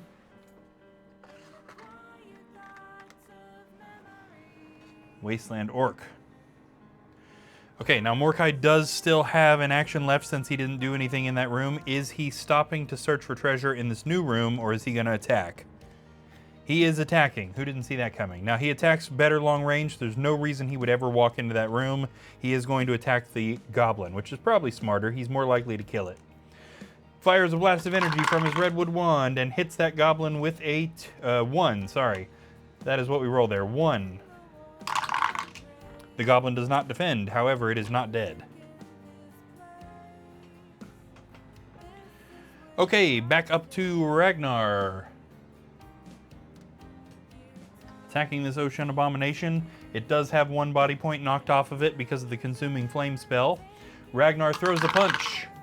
Wow, hitting it with a critical hit of 3. I'm pretty sure these guys only defend with 2. Yes. And it doesn't defend a single thing, which means it is indeed dead. Ragnar is mad, man. He's sick of all of these monsters jumping out of cracks in the stones. I don't know how they keep doing it, but he's sick of it. Okay, second action for Ragnar, secret doors or treasure. He's going treasure. Now this is indeed the library that they were searching for. So he finds a journal hidden behind some larger books on the bookshelves. It reads as follows. Oh man, Ragnar, you're reading somebody's journal? Not cool, dude. My experiments proceed well. I have been able to summon the undead. Now I must prepare for summoning a... The journal is protected by a spell and bursts into flames. The heroes who searched loses 1 body point. Oh no! That killed him! No way! Oh, that's funny.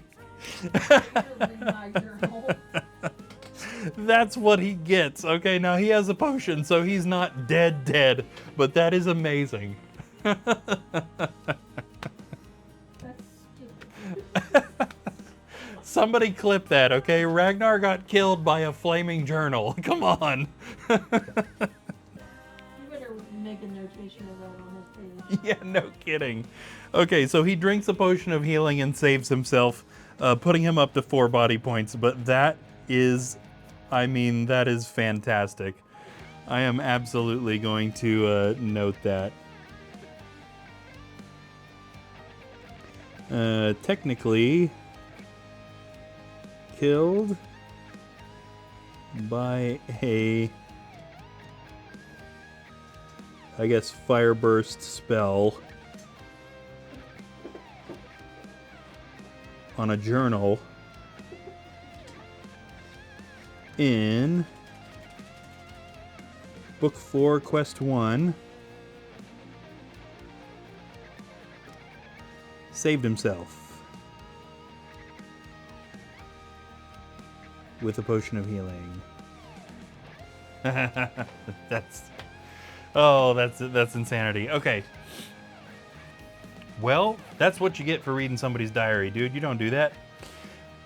Tiaga, we do need theoretically to search for secret doors in that middle room, but Ragnar can handle that before he leaves. There's no reason for her to do that. So I think action number 1 is going to be recasting demon form for her,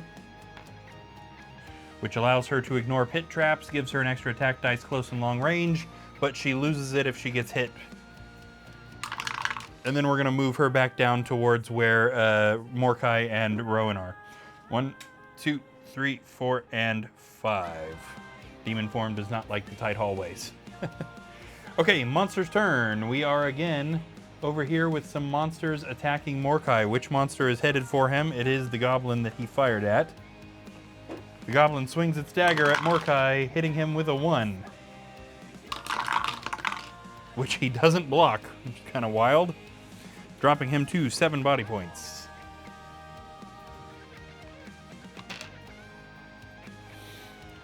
All right. That's it, yeah. So the other orc can't attack. It can't actually get anywhere. So we are now at Rowan back here. 1, 2, 3. Now he might as well get some of the searching done, because this room hasn't been searched for traps or treasure. He could shoot at the goblin, but we'll let Mordecai handle that. So, Rowan, are we doing traps or treasure? He's going for traps. So nobody ever searched for traps in this room. As we could have circumvented that actually, because they've stepped on every relevant square. Oh well. There is a pit trap in this room, but it is very avoidable. It is up here. Just kind of trying to catch somebody unaware of that trap.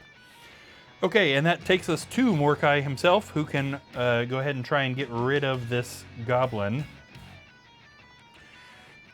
Yeah, he attacks better at long range, so it would benefit him to move, wouldn't it? Yeah. We're going to do that old thing. We're going to back Mordecai up. Actually, let's back him up too. We don't need to roll for that. We're guaranteed at least 2. Gives him a really clear line of sight there. Shooting an energy beam from his redwood wand, he hits the goblin with a 2. The Wasteland Goblin does not defend, which means it is dead.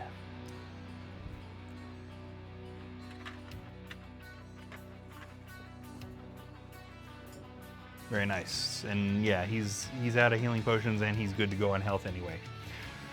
Oh, geez. Okay, back up here to Ragnar. We are going to start his turn with a secret door search where he finds nothing, which means both him and Tiaga just need to get down where the other 2 are.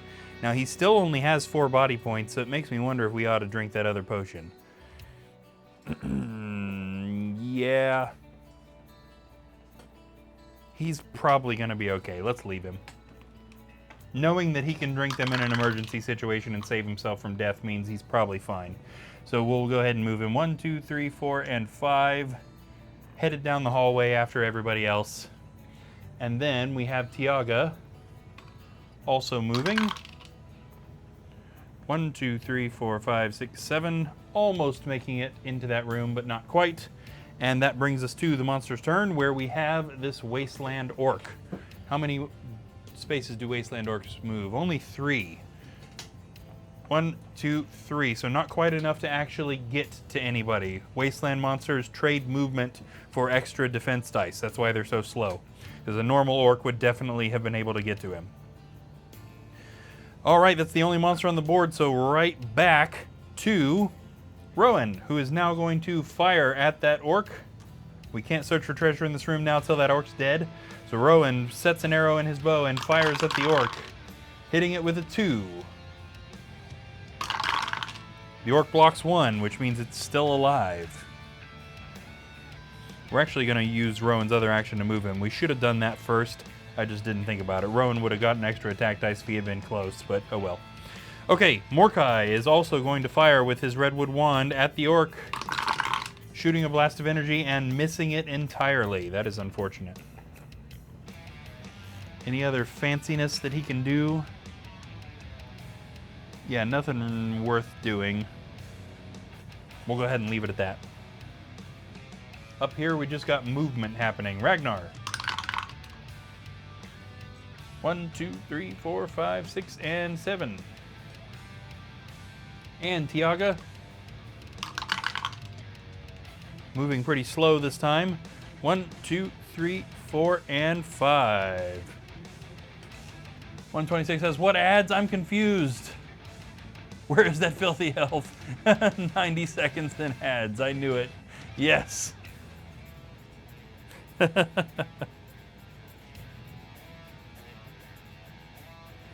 dokie.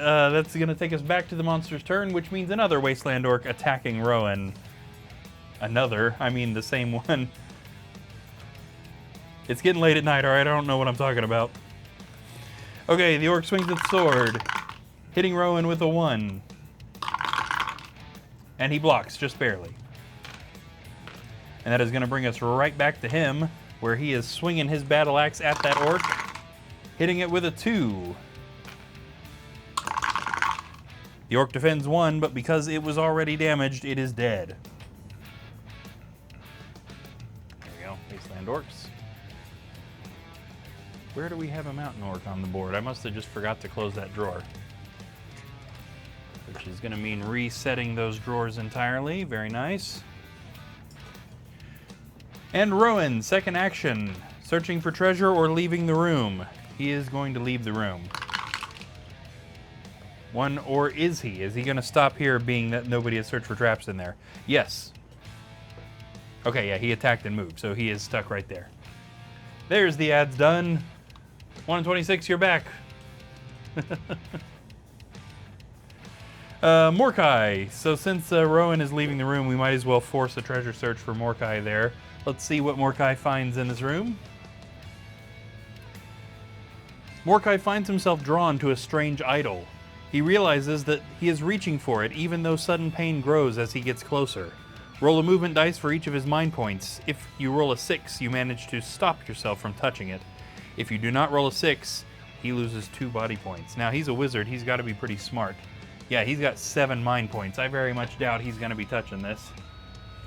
So that's 4, 5, 6, and 7 dice. As long as he gets a 6 somewhere in all these, he's good. Yeah, he's already got multiple 6s in there. Yeah, 3 6s. He definitely did not touch the Dread Idol. Back to that elf. I smell an elf. That's great.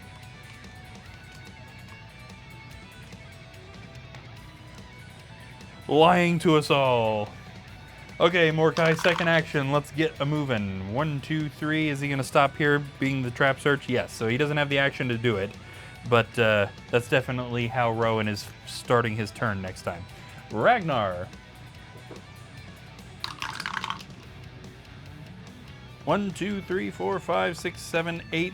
And he can't take his 9th movement. And there's nothing else to search for in there. So we are now at Tiaga, who's finally starting to catch up to everybody. 1, 2, 3, 4, 5, and 6 into this purple room just in time for there to be nothing left to search. No monsters on the board, so we are back to Rowan, who is going to start his turn by searching for traps. Uh-oh. 126 redeemed a wandering monster. There you go. Who are we attacking? No traps in this room, by the way. Get the elf. Oh no, I don't think we have an elf this time, do we? Theoretically, no. No elves this time. We've got 2 different knights, Rowan and Ragnar, Morkai the Wizard, and Tiaga the Warlock. Warlock's kind of elfish. She's got pointy ears anyway. Tiaga, okay. All right, we got a chart up here to see which monster we are going to be seeing. The 5 of diamonds lines up to a zombie. Oops, that's a deep zombie, isn't it? Yes, it sure is. We want regular zombie. Here we go. Regular zombie pops out and attacks Tiaga immediately, swinging its sword and hitting her with a 1. Which she blocks. I've chosen, I'm sticking with my greenskins. Yes. There you go. All right, we'll see how that continues to turn off. Okay, so we were in the middle of Rowan's turn. He searched for traps here and found nothing. For his second action, is he searching for secret doors, walking in there with the intent to search for treasure on the next turn, or ignoring all the searches and going straight for the door? He is doing that.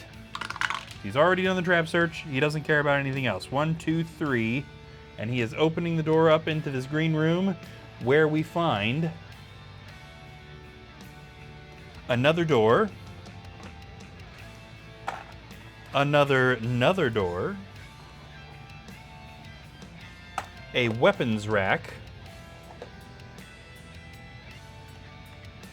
very curvy weapons rack, and a gargoyle.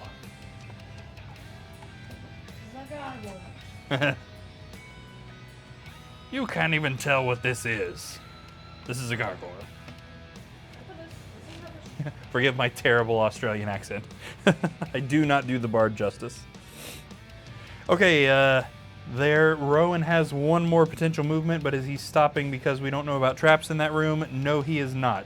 It doesn't matter, he's not going to get swarmed if he goes in there, so he is indeed going in there. Okay, and he doesn't have an action to do anything else, so I suppose that is where he is at. I think what we're going to do here is he is going to use his Rallying Call skill. Now, this is the same thing Ragnar used earlier. The knight and every hero in the same room or corridor may roll 2 extra defense dice until there are no longer any monsters in the knight's line of sight.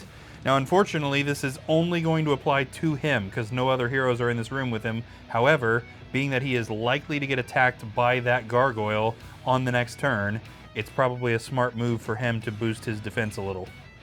Okay, it is now Mordecai's turn, and there's plenty of stuff to search in this room. Not that he has to, since other heroes are going to be passing through it. So his options are search for secret doors, search for treasure, leave that room, and go help Rowan. And he's going with that. But he's actually going to go help Rowan. He doesn't benefit from going in there, so we'll just kind of stop him right here. Does he have any sort of spells? He's got healing spells, but he doesn't have anything damaging. He's got that lightning bolt scroll, but this isn't really that great of a use for that. So I suppose let's just fire regularly. Mordecai sends a bolt of energy at the gargoyle, hitting it with a 2. And believe it or not, that gargoyle does not defend, but it's definitely not dead.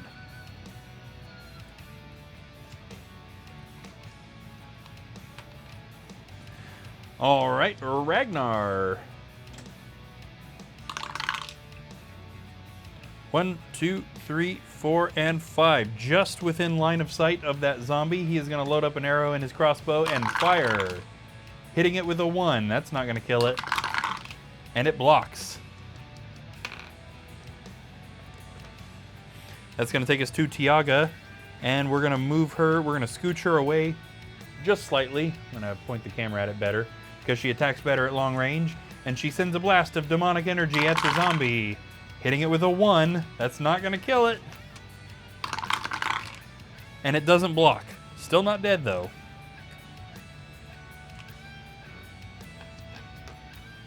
Okay, monster's turn. Now, this zombie did attack on this turn cycle, so it doesn't get to attack on this turn, but if it survives to the next monster's turn, it will. We do get an attack from this gargoyle.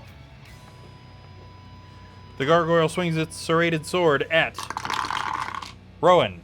Cannot think of his name to save my life today. Hits him with a 2. Boosted by the rallying call, Rowan defends 2, just barely. Our difficult monsters block this stream. I haven't seen anyone use it. They are now 126, so those are now limited to 2 per stream, and those both have been used. One was a Chaos Warrior and one was a Dread Warrior. So we got the low rolls of the difficult monsters, to be totally honest with you. But yeah, both of them have been used up. Actually, I think both of the Dread spells have also been used up for this stream. They spammed it in the beginning, yeah, yep. But plenty of the regular wandering monsters left whenever that cooldown is done. All right, that takes us back to Rowan. Yeah, now's probably not a bad idea for that concentrated attack. Okay, Rowan is also going to use his concentrated attack skill, which allows him to roll 2 extra attack dice for the next 3 times he attacks. So he's beefing himself up for this battle, for sure. For his first concentrated attack, he swings his battle axe at the gargoyle, hitting it with a 3.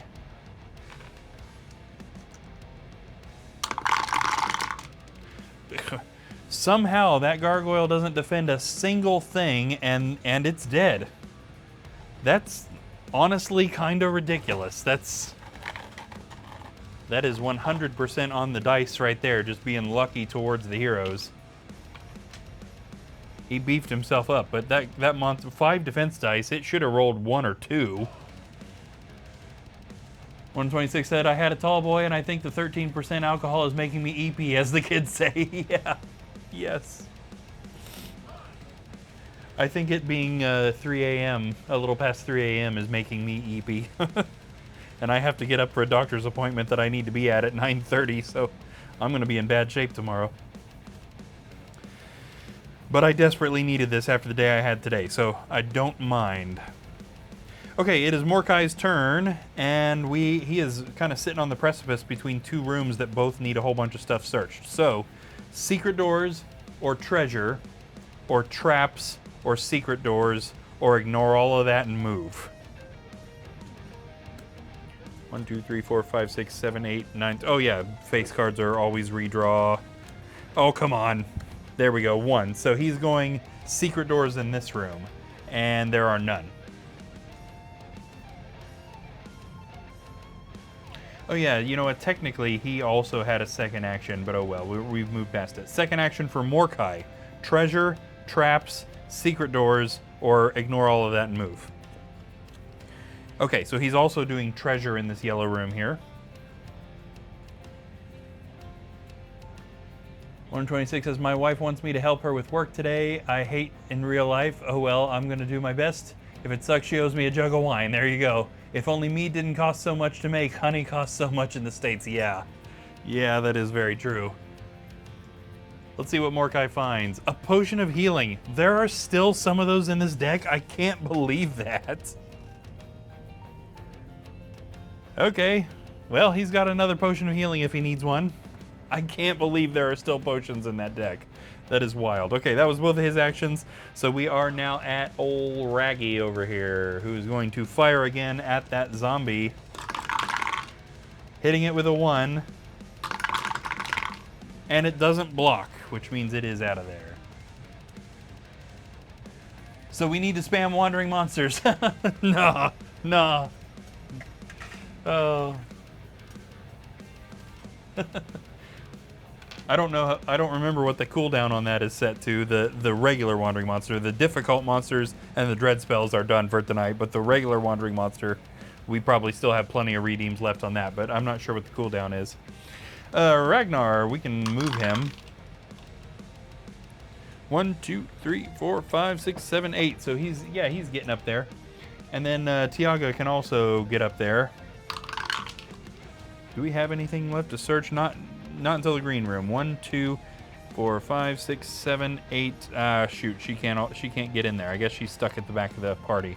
Look at that. We've actually got everybody standing right here in backwards turn order. Rowan, Mordecai, Ragnar, Tiaga in backwards order. That's kind of weird. For that to happen completely naturally, that's strange. We've actually only got this one room. This yellow room is actually the last room in the quest, so we're pretty much done, which is why I didn't stop at 3.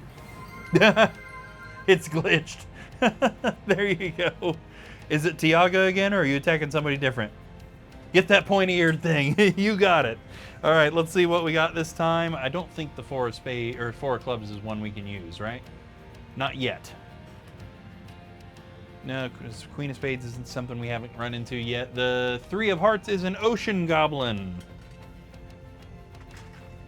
I like these guys. They're not super strong, but I like them. The ocean monsters are just neat looking with blue skin. The ocean monsters trade attack power for movement, so they can run all over the place. This goblin is going to pop out of the woodwork and immediately swing its sword at Tiaga, but misses her.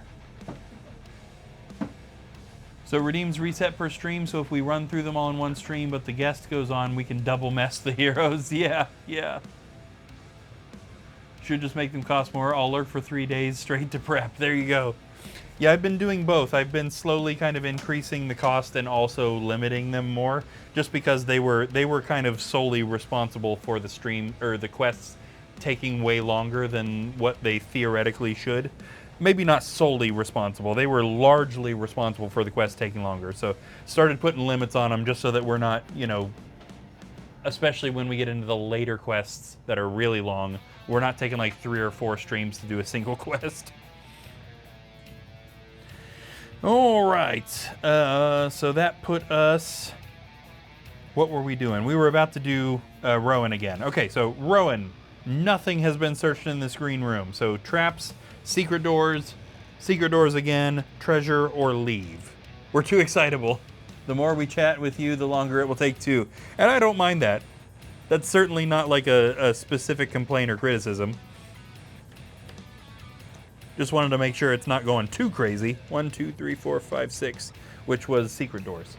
Okay, so Rowan is searching this room for secret doors, and there are none. With his second action, traps, treasure, or leave this room. He is leaving the room, but which door is he leaving? He is leaving out of the upper door, okay? So there's definitely some traps in this room that he's probably about to step on, so we got to figure out which direction he's going. Okay, up is going to be red, over is going to be black. 1, and now he's going to go straight up. 2, 3, but he steps on a spear trap right there. Let's see if he jumps. He does not jump. He triggers that spear trap right there, and it hits him, dropping him to 5 body points. And that stops his movement, but it doesn't end his turn. So he can still go ahead and open this door. And in this last room, we see a table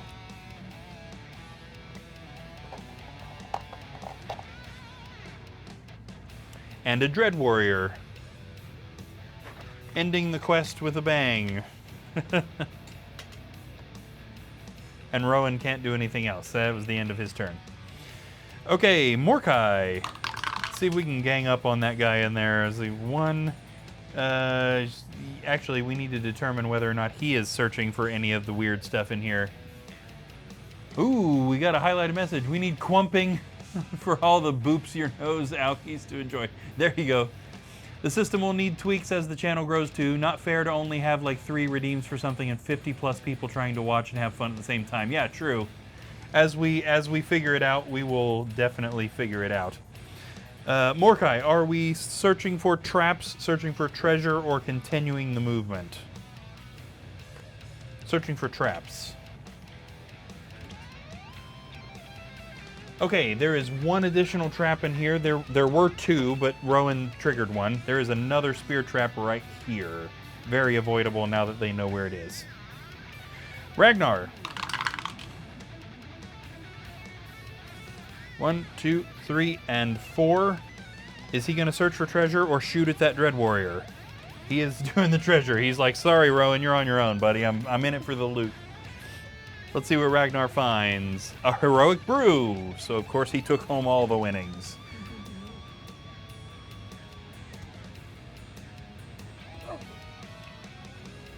I can't wait to see how it goes. Yes. I did mention the excited peeps here. Yes. Yes, same.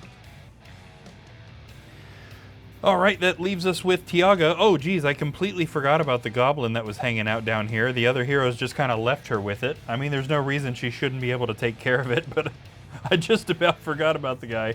Okay, Tiaga moves 1 square and fires a blast of demonic energy at the ocean goblin, hitting it with a 2. And it does not defend, so it is dead.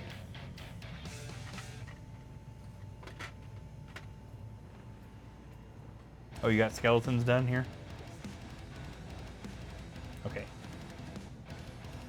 Check out some painted skeletons.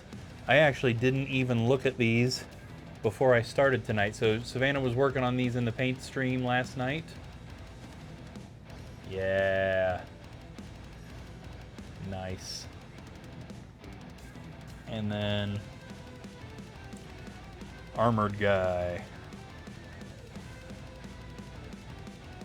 Right on.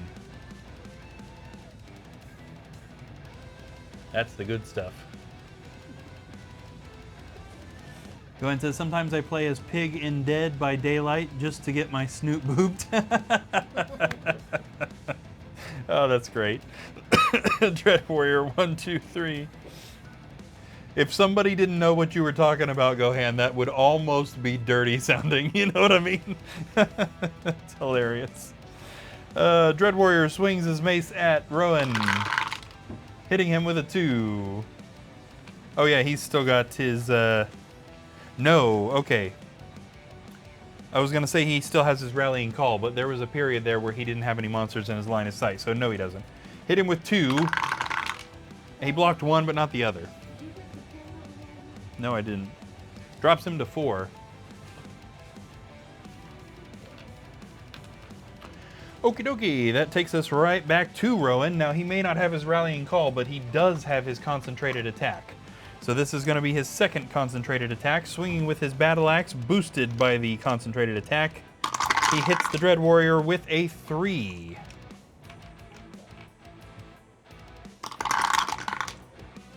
Oh, geez, and it doesn't defend a single one, but it's not quite dead. 1, 2, 3.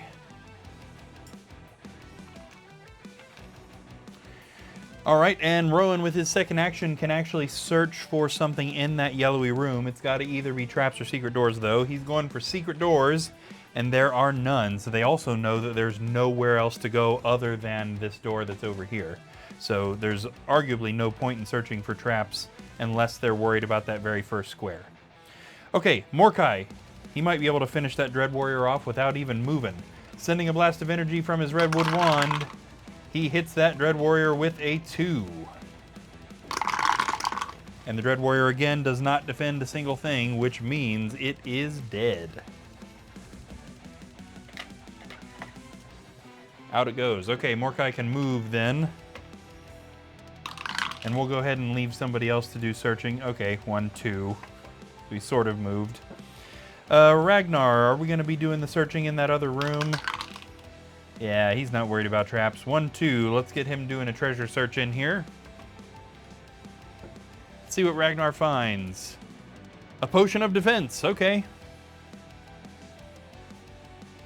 Didn't we have him use one of those? Oh yeah, it's still sitting on his card because we never actually used it. I had 2 opportunities and just didn't either time. All right, that takes us to Tiaga, and she just needs to open this last door, essentially. 1, 2, 3, 4, 5. What am I doing? 1, 2, 3, 4, 5, 6, 7. I don't know why my brain broke with that. Okay, we are opening the door out into the hallway, and we find a wall, and the exit door. Let me move my quest map out of the way. There we go. Okay, is Tiaga stopping here to search for traps? Nope. Okay, but she only needs to step on this one square, and that square is not trapped, so we're good to go there. And that means we've done all the searching. The only other thing we'd need to do is roll all the heroes out that door, which we don't need to see, which means we are at the end, and it is time to do some cleanup and talk about skill sets and gold. Okay, I'm going to discard Ragnar's Potion of Defense because it's totally on me that it didn't get used.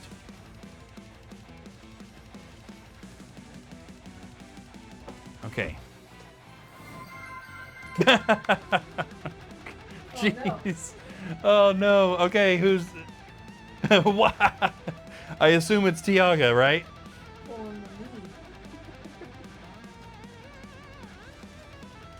I'll go ahead and draw the card and see what it's going to be. The 8 of Clubs is probably something we haven't run into. No, we can do that. Archer Mercenary? Yes. Archer Mercenary, where do we got? Yeah, we haven't seen very much of these, but we can totally do this. I don't think we've seen this particular one. There are a couple of human mercenaries, and we will start to see more and more of these guys. This guy is an archer, so we'll just put him down here because he does better at long range. Luckily, I hadn't put enough away. Second time I've gotten the mercenary. Really? Yeah, that's the only 2 times they've come out. That's great. And the mercenary fires an arrow at Tiaga, hitting her with a 1, which she doesn't block. Hey, it actually did have an effect here too. Dropped her to 5 points and destroyed her demon form. Caught her off guard at the very last second. That takes us over to Rowan. 1, 2, 3, and 4. Let's see if he can kind of force this guy out here. Now he's got one last concentrated attack before he's out, so he's probably going to make short work of this guy, or not, or he's going to roll a 1, which is just pathetic. Okay, so this guy's got 3 long range attack, 3 defense, 3 body points. Okay, well that'll be easy to remember. Hit him with a 1. He didn't block it, but he's definitely not dead. Mordecai is actually just going to leave. He actually can't help because of where I put the mercenary. 1, 2, 3, 4, 5. It's got to be Tiaga or Rowan now that gets rid of him. Same thing with Ragnar. Can't actually help. So 1, 2, 3, 4, 5. We'll just let him leave. And then Tiaga is going to fire, throwing a blast of energy from her Redwood Wand at the mercenary, hitting him with a 2. And surprisingly, again, see, the monsters just haven't defended this quest, like, basically at all. which takes him out just barely. He may not have killed, but he did have an effect, knocking out her demon form right before she leaves the quest, which is kind of hilarious. Perfect. Okay. All right, let's go ahead and get ourselves cleaned up and talk gold and skill sets. So I'll go ahead and grab unused skills and spells.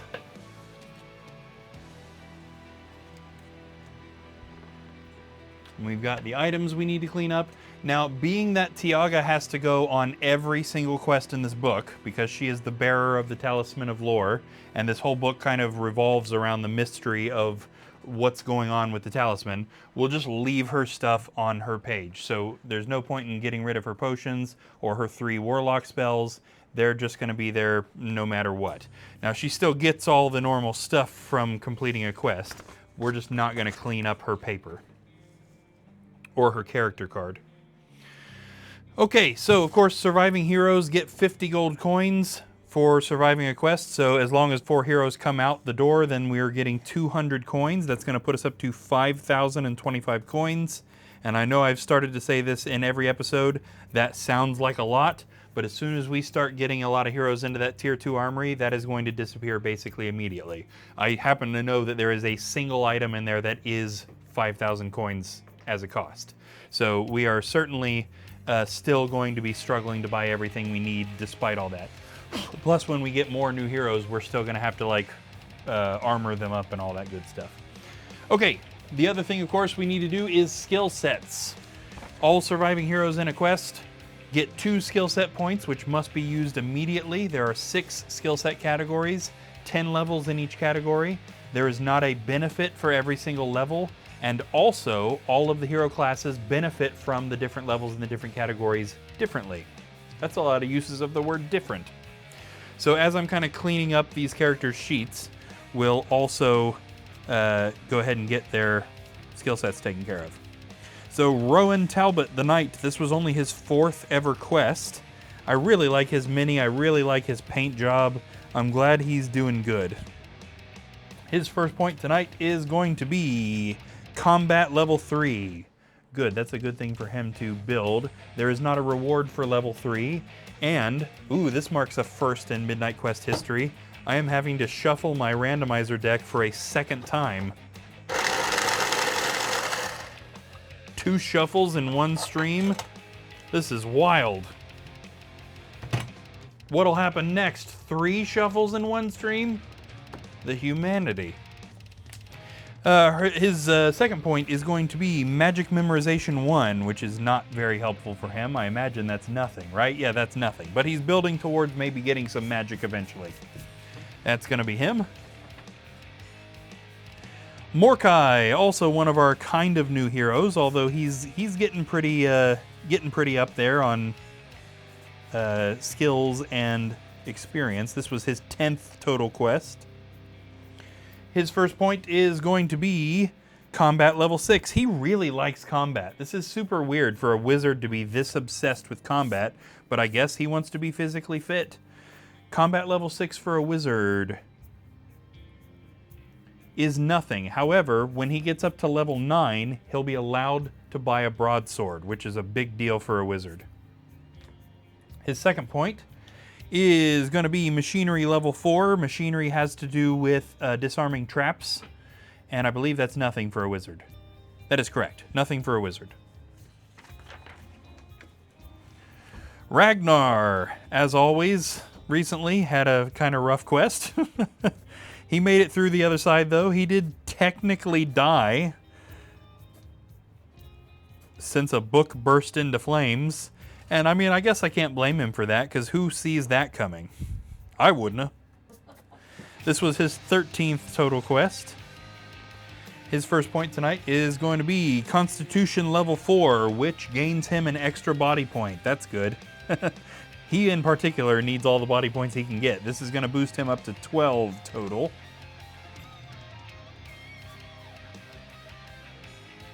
And his second point is going to be Education Level 8. and there is no reward for 8. Education increases your mind points, which makes it harder for monsters to control you or send you into shock by attacking your mind points. We are going to have to buy poor Ragnar a new battle axe and some new chainmail. Next quest. And finally, Tiaga the Warlock, who we will be seeing come into her own in this quest book, as she will be forced to go on all, I think, 13 quests that are in this book. I think it's 13. So quite a few that she is going to be going on, and she ought to be getting more and more powerful as she goes, but also, the more powerful she gets, the more dangerous the monsters become, which might be a problem for other heroes who can't keep up with how good she's getting. Her first point is going to be Education level 4, which gives her an extra mind point. That's putting her up to 8 mind points. Tiaga is going to be nigh impossible to control if a monster tries. And her other point is going to be Magic Skill level 6. Let's see if that's anything for a Warlock. It is not, but at level 8, she's going to get another reward of a second specialty set. So she is definitely working up to some really good stuff. Okay, that is going to do it for us tonight. We went over just a little bit, but not too bad. I am excited to be into book 4. We have 14 books full of quests in this campaign, which is going to culminate in a massive, massive quest where the heroes, it should be 20 heroes at that point, are facing off against Zargon himself, as well as a literal army of monsters between all 20 heroes on the board at once. And it's going to be a free-for-all, see who wins. But we have more than 100 quests before we get to that, so that we can meet some new heroes. We can see how these heroes progress forward. We can watch their struggles, their trials, their tribulations. It's going to be a whole lot of fun, and I am super excited to be in the Prophecy of Telor quest book, and I hope you guys are too. If you happen to be watching this right now and you are not following the channel, please consider doing so. That helps us out a whole bunch, and we have been on a steady rise ever since we started this. We are actually only 2 months old. This channel, we just passed our 2-month anniversary, so this has been a mind-boggling experience so far of upward growth and exciting things happening. And if you want to know when we're live again, you can definitely hit that follow button so that you know. An even easier way to tell, I'll just go ahead and let you know right now, is that we are streaming at midnight Eastern Time every single night of the week. Tonight was kind of an odd night. Tonight is normally a painting stream where my wife is painting the minis, but we flip-flopped. She painted last night and I quested tonight. That means tomorrow night and tomorrow night are both quests as well. So join me at midnight Eastern Time tomorrow night, or technically tonight, I guess, for the next quest, and then the night after that for the next quest. And then Savannah will be back to paint some more on Wednesday night. So we are typically questing Monday night, Tuesday night, Friday night, Saturday night, painting Sunday night and Wednesday night, and then on Thursday nights we have special creative / lore / world building streams where we just discuss the world and create it to be even more. Yes, Gohan's got the good old nose blowing meme, as well as the Super Dead there. If you're interested in gaining access to both of those, you can also subscribe to the channel, which would be super, super cool. We've got quite a few of those, which has been an unprecedented and awesome surprise. So thank you everybody for all of the support, seriously. If you're watching this and you have followed and subscribed, huge thank you. If you've just followed, obviously, huge thank you as well. And even if you're just watching and you're not interested in following, I genuinely appreciate every second of time that you spend with me here doing this quest, or with my wife Savannah while she paints. This has been absolutely awesome, and we appreciate every single one of you. If you're interested in catching up on the story so far, we also have a Midnight Quest YouTube channel where we upload all the previous quests, painting streams, and we also have daily shorts edited by Justin Pollitt, who's one of our viewers who's in here all the time. Those shorts are also posted on TikTok and Facebook, so you can keep up with us pretty much anywhere that you do social media stuff. In any case, we will definitely see you guys tomorrow night for the next quest in Book 4, Prophecy of Telor, and I'm already excited to get into it. Thank you guys one more time, and we will see you then.